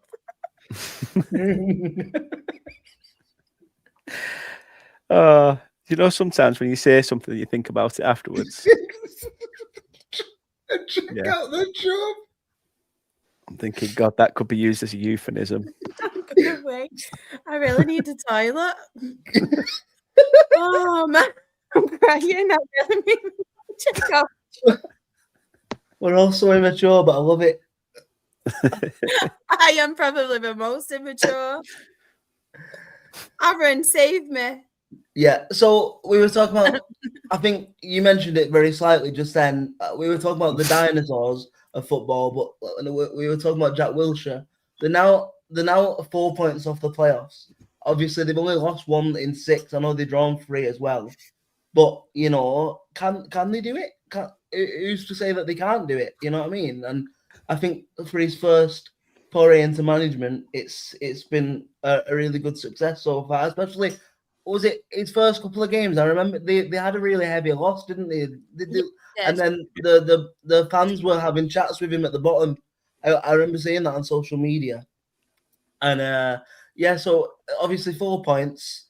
Could they get in the playoffs? I don't know, but it'd be good to see it because I think, you know, you talked about him, you talked about Tom Cleverley, and that kind of balances out our argument before of the dinosaurs taking the spaces. Now it's time for the young guys to come up and through the pathway and get their shots, you know, and it's nice to see them taking it. What is there anything else? I'm so sorry. I've completely gone. To be fair, it could have been worse. I could have answered that question that you put up on screen then and said, I stand in the mirror twisting the chub. Now that would have got it completely took things to a complete. We're getting age restricted. Oh my! Oh man! Look at my eyes. My mascara's running. Oh my god! That is killing me off. I know what song you mean, though, Graham. So fair enough. I tell you what, it's a good job. It's past the 9 o'clock watershed, isn't it? The watershed's leaking out Shaw's eyes. Yeah, actually. I might have to go to the toilet in a minute. That was so broad again, then. I'm going to have to go to the toilet in a minute. That has done me in, honestly. Do you know when you laugh, but then you keep laughing and you keep laughing and you can't stop? Like, it's really done me in. I don't know what I'm laughing at now. Musa. At least I'm not laughing like Jimmy Carr anymore, though, because that would have been embarrassing. Yeah, you and Claire having a battle again. Oh, that was quality. That one of my favourite ever moments on the podcast. That was so funny. But one of my favourite ever ones, though, Claire, was when Graham put some about Shah and Jazz, and you went, "What? Shah's Jazz?" Yeah, that was funny. That. Oh, funny. The game was decided by a goal. And then that was it a moth or a spider? And you just both. And then you went a spider. It's just crawled up me. Oh, we need to do like a reel, like a highlight thing of bloopers, because I think this show would be on it a lot. I think it'd just be on the show, if I'm being quite honest. Yeah, we haven't got championship to get through yet. Oh yeah, surprising team in that.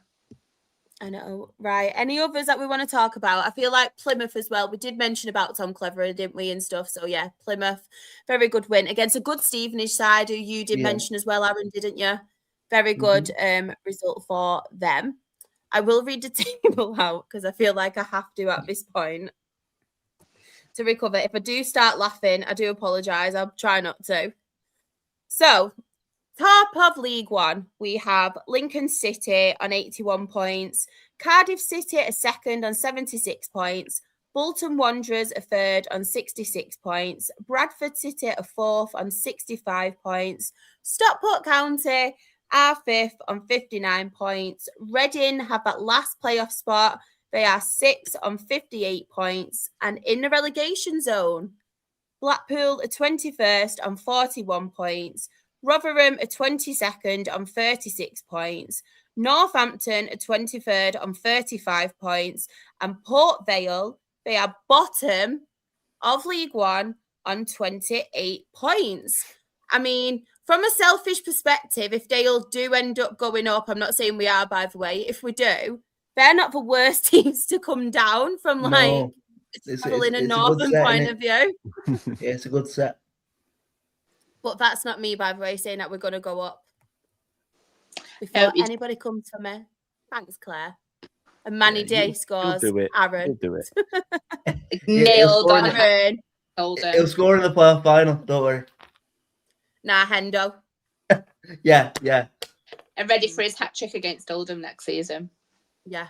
We never beat Oldham. I would pee my pants if that happened. Claire would be the streaker. They haven't beat us home and away in 6 years, by the way. In the dryer. I'm not streaking. I've just pissed myself. That'll be me in a minute. Don't make me laugh. I need a minute. What the fuck has happened tonight on I here? don't know. It's me.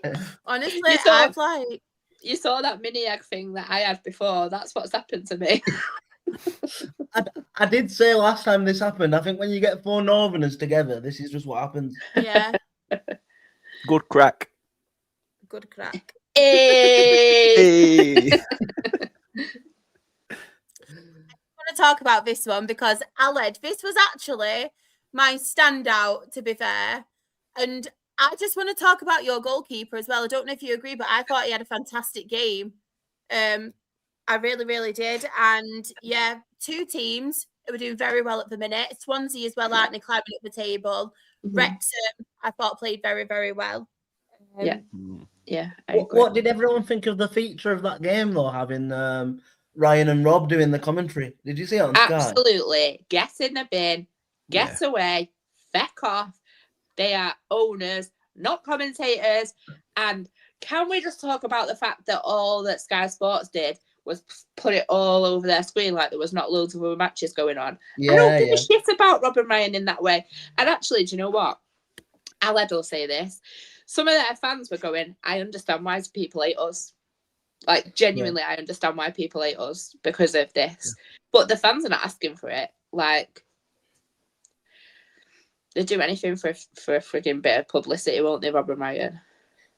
I do like them. I think they've done incredible stuff for I'm getting cancelled. They're doing incredible stuff for Wrexham. But I just think, nah. Like, they're not even experts in football, man. Come off it. They get told all sorts of things. Like, they don't know what they're talking about. Oh, that was a close one. Goes on this podcast. It is a bit sickening though, because, and I mean, I don't even mean it like whatever, they're gonna get publicity because of who their owners are, but it shouldn't be at the expense of other teams. Yeah. And like, I'm sorry, but that media takeover was cringy, and it shouldn't happen. It should not happen. I don't care who they are. That should not happen. They're not experts enough to talk about that. I see Shah's doing the best now once we've got to the championship graphic to confuse us again, because half the teams in green have lost the games again. Oh, yeah. Oh, well. Never mind. I know, Aaron, you little shit house. I know, yeah. Calling me out. Look, no one called out your Rotherham earlier. I thought about it on your Rotherham in League One, but I thought, no, I'm not going to say it. It's been a long day. What? It said Rotherham. I do what I want. I do what I want. Go on, Claire. And Claire, to bail you out the shit, you weren't going to say Cardiff, were you? You were going to say Kilmarnock Town or something like that. Nah, I was real on saying that. I would really like to see what Aled says about it, because Obviously, Aled's been with that club for a long time. But then again, it also shouldn't like override what's happening on the pitch, because, you know, let's get it right. Wrexham are smashing their first season back in that league. And it shouldn't be about what Rob and Ryan are doing. It should be about what Wrexham are doing. It's can't understand. Absolutely fucking annoying. Can't even tell you what, right? If they don't shut the fuck up, I'll have the fucking eye out. I'm from the valleys.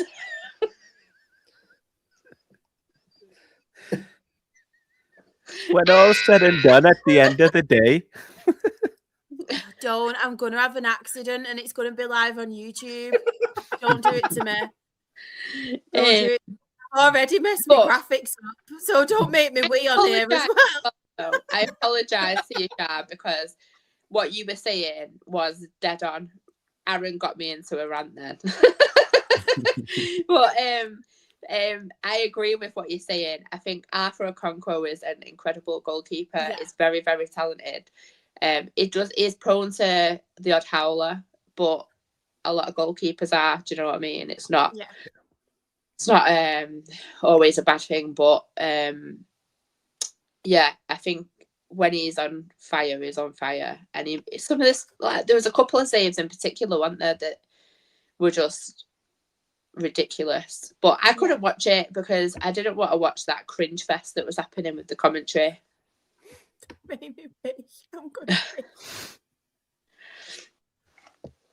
be fair, though, is it a stroke of genius from Wrexham in a way? Because it takes all the attention away from what's happening on the field.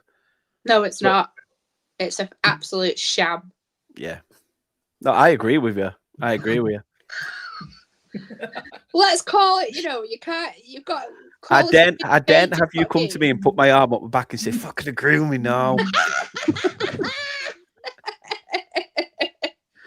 I'm not going to be the only one pissing myself. No, it is. It's absolutely freaking stupid, man. Yeah. It is, man. Stop. I need a moment. Char's in trouble here, by the way.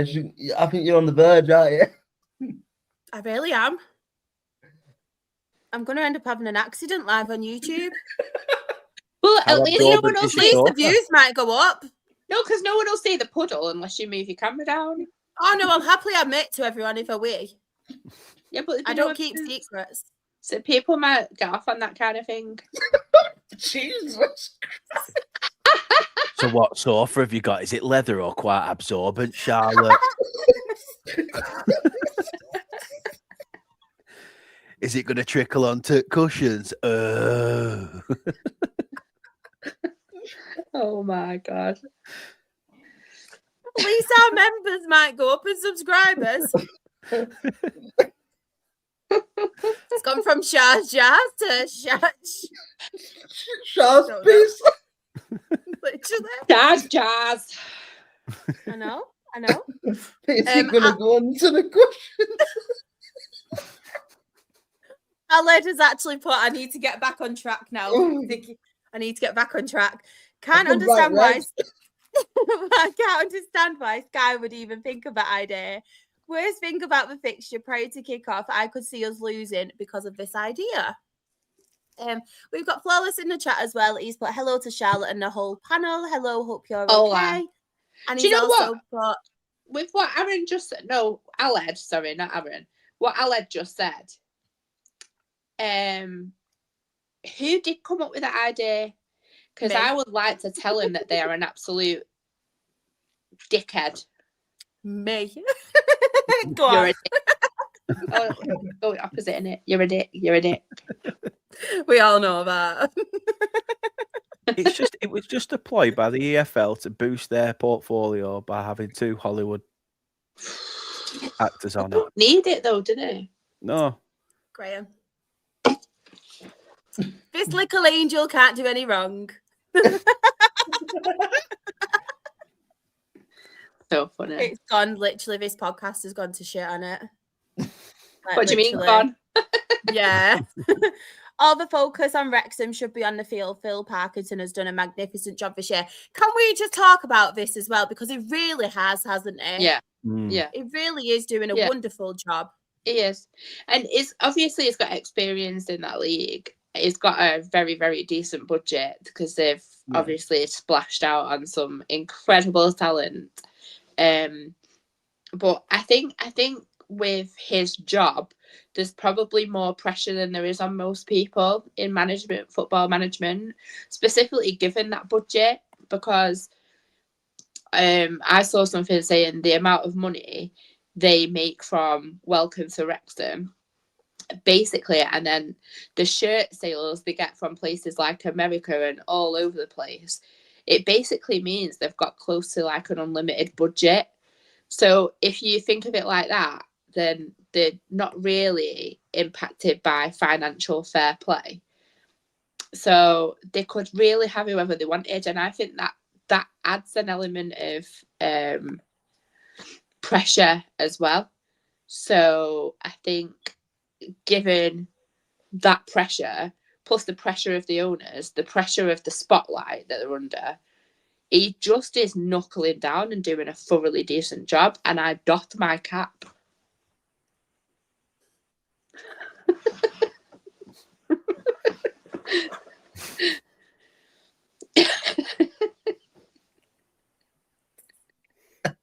I don't know what's wrong with me. I'm too hyper today.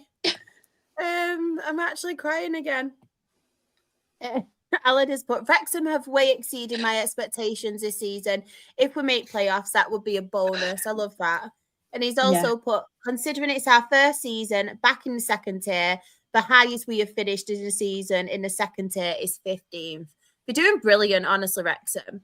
And like we said, I know there's a lot of like the public and everything, not the public, the media and everything on them and stuff like that. But we can't take away like how well they are actually doing and how much of a great job, as we've mentioned, and you mentioned, Claire, Phil Parkinson is doing. And it's just nice to see them back to where they should be, because there's been so many times, and we're still seeing it now. Like, you've got your Sheffield Wednesdays, like our clubs as well have had their fair share of troubles. And I know a lot of people are not really keen on the way, obviously, the Disney side of it and all this publicity side of it, but the fans and stuff, they've got the club back at the end of the day. They're doing a really good job, and they're just doing the whole of Wrexham proud, aren't they, to be honest? And I'm happy for them. The thing is, as well, apart from the Sky Sports shit show of the weekend, like, I think the Disney stuff and the unlimited finances from other fan bases, that just probably comes from a point of that probably just comes from a point of jealousy, in terms of, I'm pretty sure every fan base, every supporter would want an owner with an unlimited budget and to go back to back to back like Wrexham have done.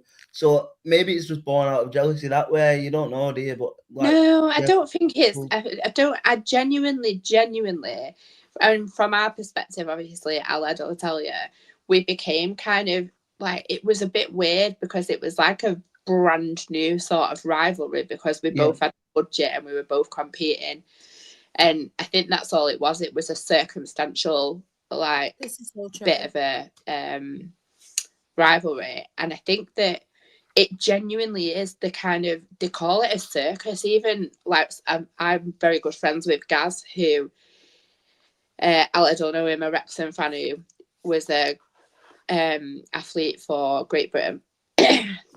He was a Wrexham fan, and even he sometimes says it's a circus because of the media.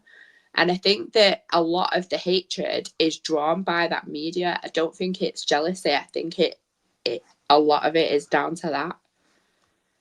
And that's from someone who's been in the thick of it, if that makes sense. Yeah. The question I want to know is, would they have done the same if Salford have had their success and they'd have come up and, you know, back-to-back promotions and all this sort of shit? Or would it have been a case of they just, you know, tongue punch the arse of the class of 92 for...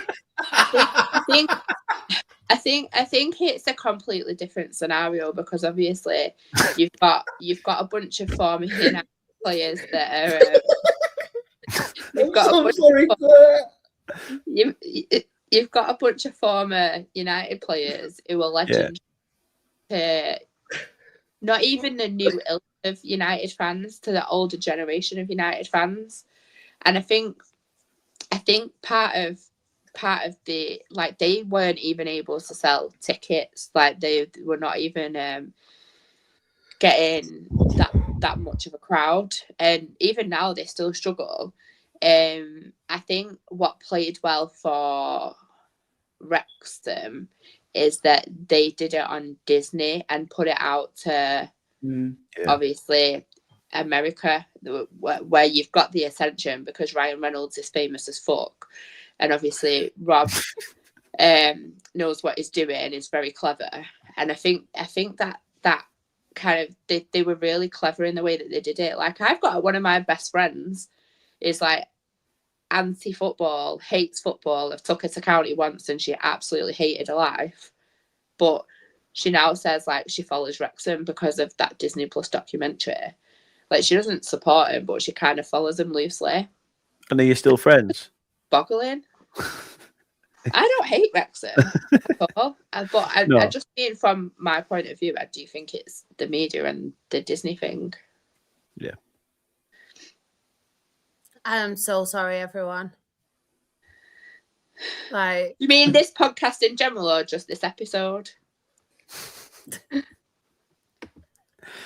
I'm not having it's the fact that when I come on it goes downhill. I'm not having that on my conscience. I want to sleep tonight. I mean, you have just said one of the most outrageous statements I've ever heard on. That should be in the quote book. That should be in the quote book. To be fair, it just straight off the bat, to be fair. You know, the one thing I will say in regards to this championship is fair play to Doug King at Coventry. You know, if they do go up, he's sticking to his promise, you know, of, you know, free season tickets for the first so many people that bought. You know, after all the shit that they went through as well. You know, we're talking there about Sheffield Wednesday. The 5-year season ticket, wasn't it? Yeah. Yeah. So fair play for him to honour that. Again, like I say, Coventry at times in the past month or two looked like they were gonna, you know, piss it up the wall, and they've managed to get back onto. I thought you were going on the cushions. I might cock my leg up and do it up the wall now. You know what? Cock.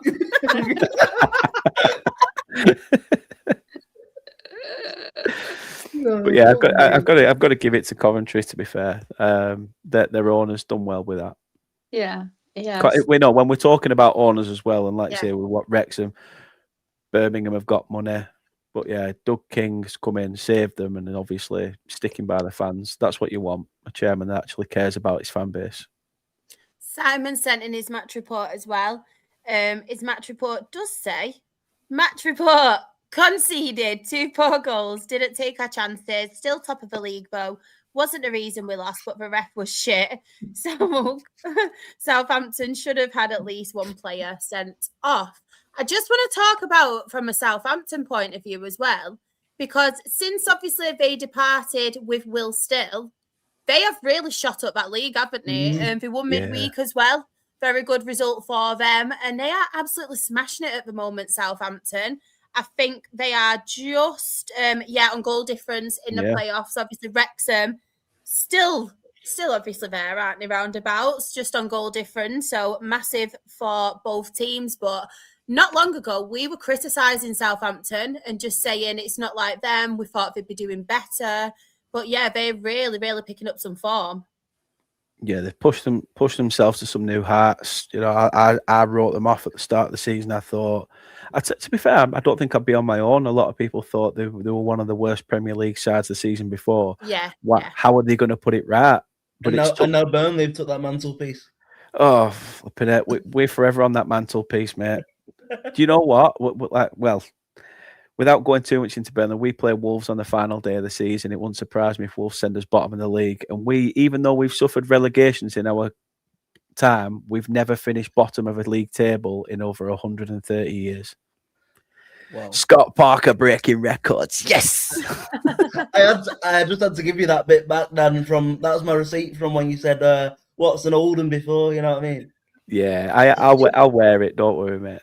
I love it. I love it. But no, Southampton have done bits, and I'll tell you what, a sly little word for Norwich. Definitely. They've got themselves out of some really deep shit. They look like they were going to be pulled in at the bottom end of the table, and again have pulled themselves away into a decent mid-table position, especially with all the shit on the field as well with Josh Sargent. Yeah. Him refusing to play, I want to move, etc. But they found a way, so fair play to them as well. She's back. She's wee free. Claire, don't, because I'm not wee free. You know what? I've gone really hyper. So am I. God's sake. So am I. I feel like it needs to come out. Hey, that's what she said.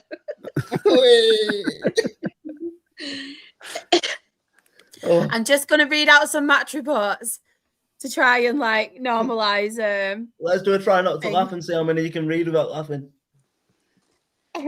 So Norwich 2, Preston North End 0. Norwich scored first early on and got a second from a free kick that shouldn't have been given. Preston North End getting pulled into a relegation fight. What are we thinking about Preston? Reckon they will end up in a relegation fight, or do you reckon there's a lot worse teams below them? Should we have a quick look at the table? Teams below them are dog shit. Right. Ooh, 9 points. I reckon for me at the minute, I think Blackburn down. Yes, Claire, totally agree. But keep that table there a minute. Can we just give a little minute to Millwall? I know they obviously lost on Saturday. They did have 10 men, but to coin a phrase that a legend once said, they've really gone under the radar. They have gone under the radar. Not many people have really been speaking about them either, have they? We haven't really spoke much about them. No, we were mentioning just while you were off as well, Claire, Southampton, because that's another team I feel like we've not really mentioned much about this season, and they've obviously picked up their form. But yeah, Millwall doing very, very well, aren't they? Very well. I know that it won't be I was just about to say it won't be popular with a certain fan, but I don't think you can really not give them a bit of credit. And obviously, I've said that I think Ipswich will finish second and Borough will come out of the autos, because I just think they're losing it a bit at the moment. And it wouldn't surprise me at this moment in time, given the form, because I said it'd be Ipswich. You can't write off Millwall. Millwall. Definitely. No, I completely agree with that. Premier League, another London club. Story about Millwall. I feel imagine West Ham Millwall. Wow. Oh, I can imagine. You know what? For a minute, part of me got a little bit excited, and then I just thought, oh no, because it'll be an absolute Sky Sports bumfest. Like, oh, let's do this, let's do that. Oh, this is brilliant. Watch us on Super Sunday for West Ham versus Millwall, full time 0-0. You're only jealous because you're going back to They'll probably have Danny Dyer doing the special commentary in Sky Sports. He'll be there. Only Danny Dyer. That wouldn't surprise me. That wouldn't surprise me. I'm not jealous. I'm bitter, Shah. There's a difference. Yeah, that's true. I was just being nice. Alad has put Hope West Brom dodge relegation because I want to go there next season. Simon has put West Brom and Leicester will be the other two relegated teams, in my opinion. And Graham has put Oxford will drop out. I think Portsmouth bang in trouble too. I'm just going to really quickly read out some match reports as well. So Graham has obviously mentioned things from a Charlton point of view against Oxford. So he's put Oxford away. Without a doubt, the worst first half of football I've ever witnessed. Utterly dreadful. Second half wasn't much better, but at least it was watchable. Tale of two penalties. Theirs was soft, but I can see why it was given. Ours was Stonewall, a good point in a relegation 6-pointer, ended 1-1, so met the criteria. Graham.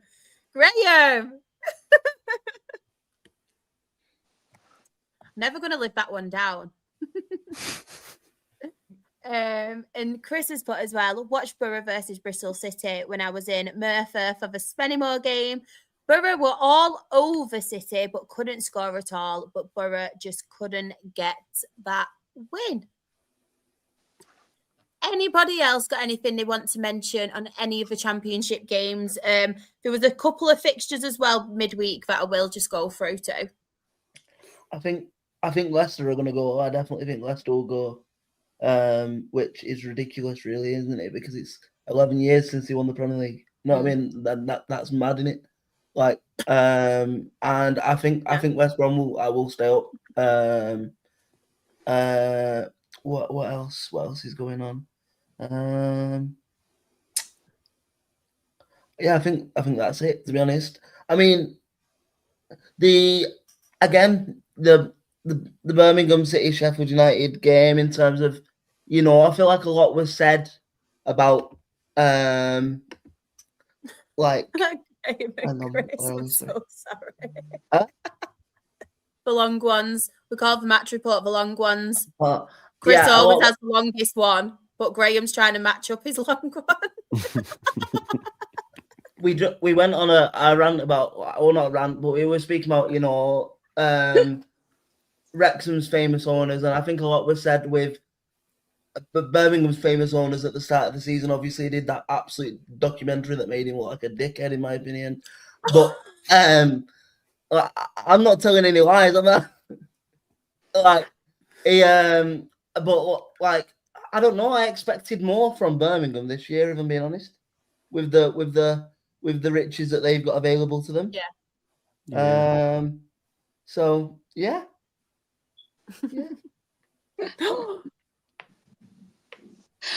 Oh my God. I think that just saves what I've just said about Birmingham's owner. Thanks. Get Rob and Ryan to commentate on that. Cockfight in the shower. You'll never sing that. Oh my God. Wow, I was not expecting that. This episode might actually violate YouTube rules, by the way. Oh my God. We're going to get banned. Sam's going to sack us. Sacked in the morning. To be fair, though, Sam, don't sack me from a non-league one, because that is very professional, my non-league podcast. It's just this one what's rogue. That must be telling you lots of I'm very professional on a Monday. AC/DC were heavy. That's all I'm going to say. AC/DC were heavy. So is this podcast right now. Oh, shit.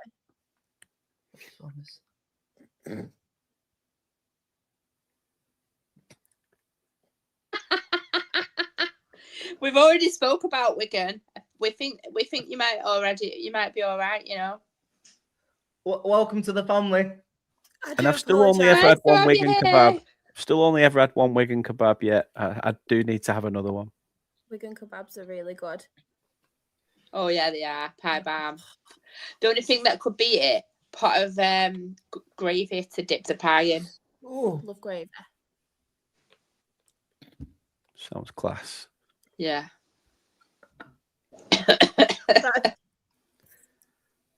Oh, Jesus Christ. We like to go a little bit rogue. Rigo.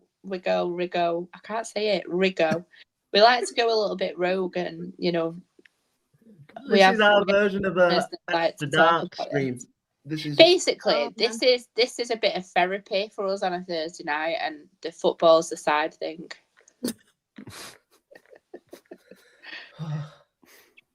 Don't know what to say now. What? Don't know what to say.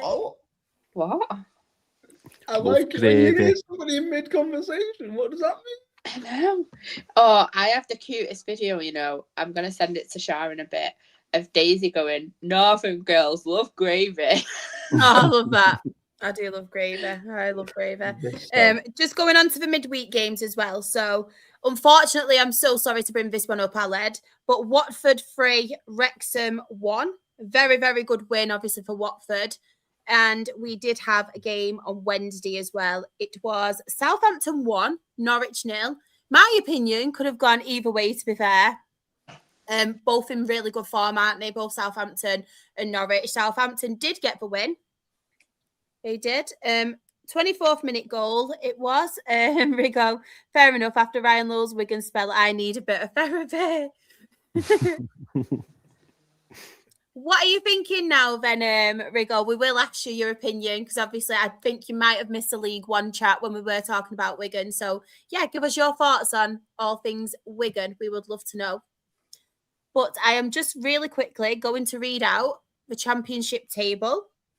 Oh man, I feel like this podcast, I feel like I actually need therapy after this podcast. I thought this was therapy.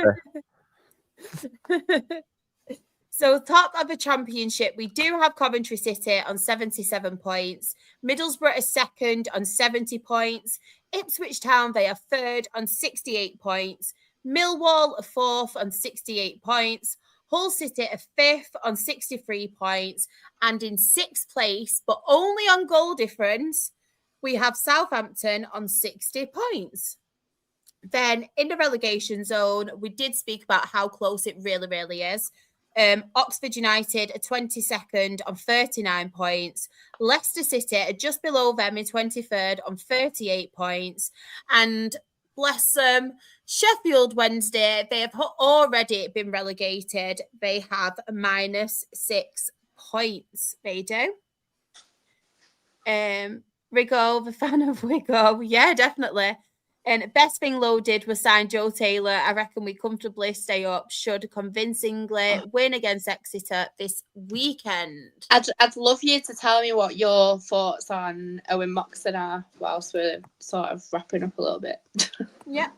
Just quickly as well, before we do wrap up, Aled has put his match report, obviously, about Watford. Watford, for me, weren't great and definitely just a win. Definitely a just win for the Hornets. But we definitely should have had a penalty. Well, 2-1 down, and the ref was one of the worst I have seen in the championship.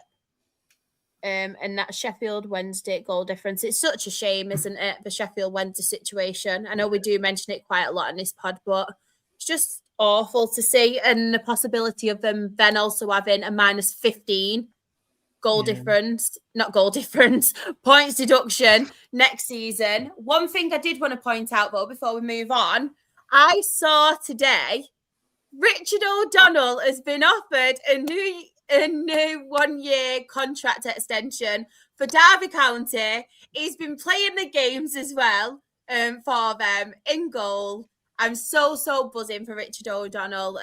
Everybody knows on here the love I have for Richard O'Donnell, just because he's such a brilliant human being. The stuff he did when he was at Rochdale for me, from a Her Game 2 perspective, when I was part of that Her Game 2 team, was just magnificent. And it's really nice to see someone really good, not just good in football, but a genuinely good person do so well. So Incredible. I'm so happy for him. Yeah. And I know how much you love him as well, Claire. Yeah, what a guy. What a guy. What a guy. Just wanted to point that out because I'm so buzzing for him. Do you know what? I think the thing that makes it even more apparent what an incredibly nice person he is and the things that he does, I think it's highlighted more by how obnoxious and rude quite a lot of footballers are, quite arrogant up their own backsides. And I think when you get someone like Richard O'Donnell that is just honestly, he is such a nice guy. You just kind of like buzzing for him. Yeah, definitely. But this is the end of the podcast. It has been a journey. I'm hoping it's not the last of this podcast. We will have to see what Sam thinks. But yeah, it's been an emotional roller coaster.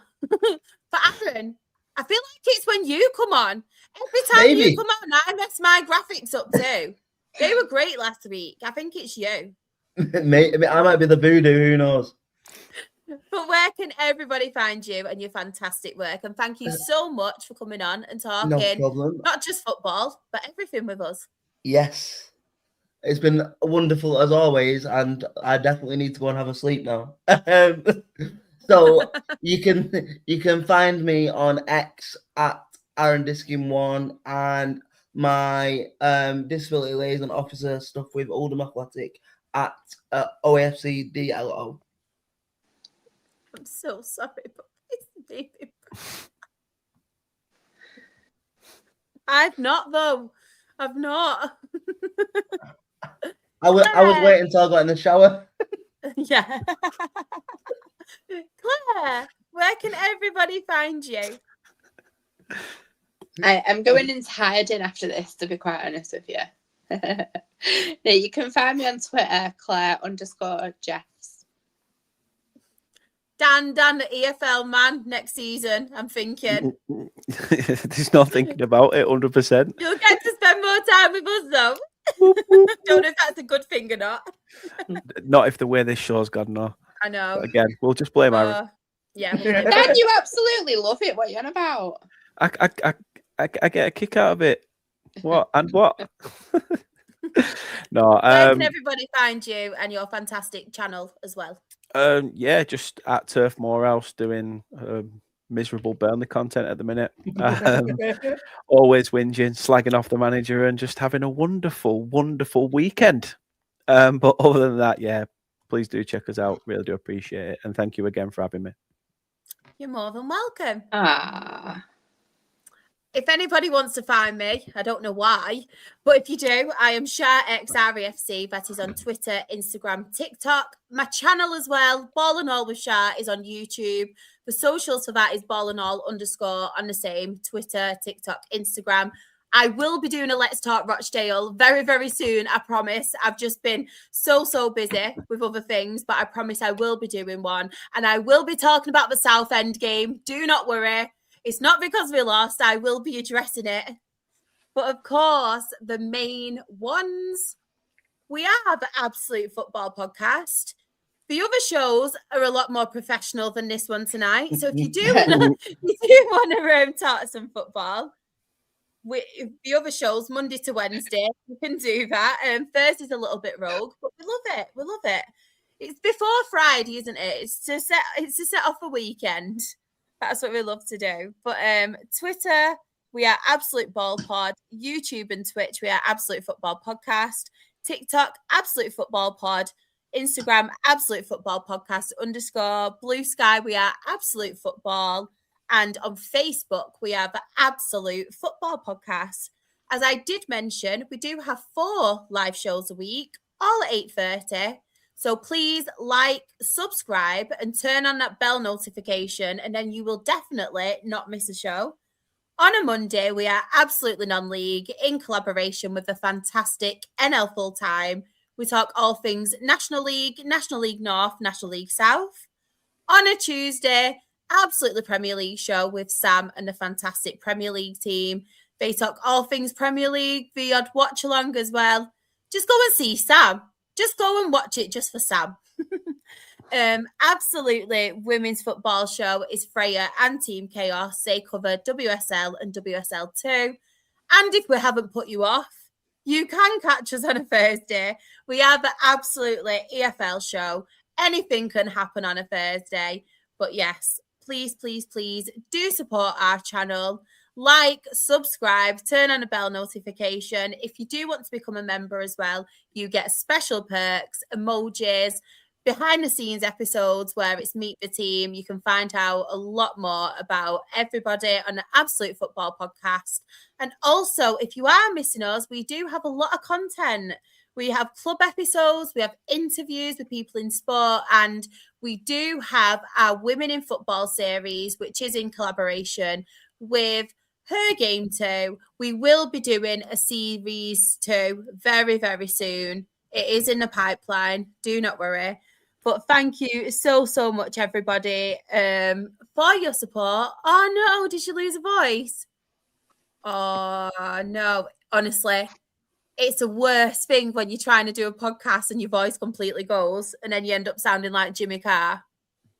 So get well soon, Freya.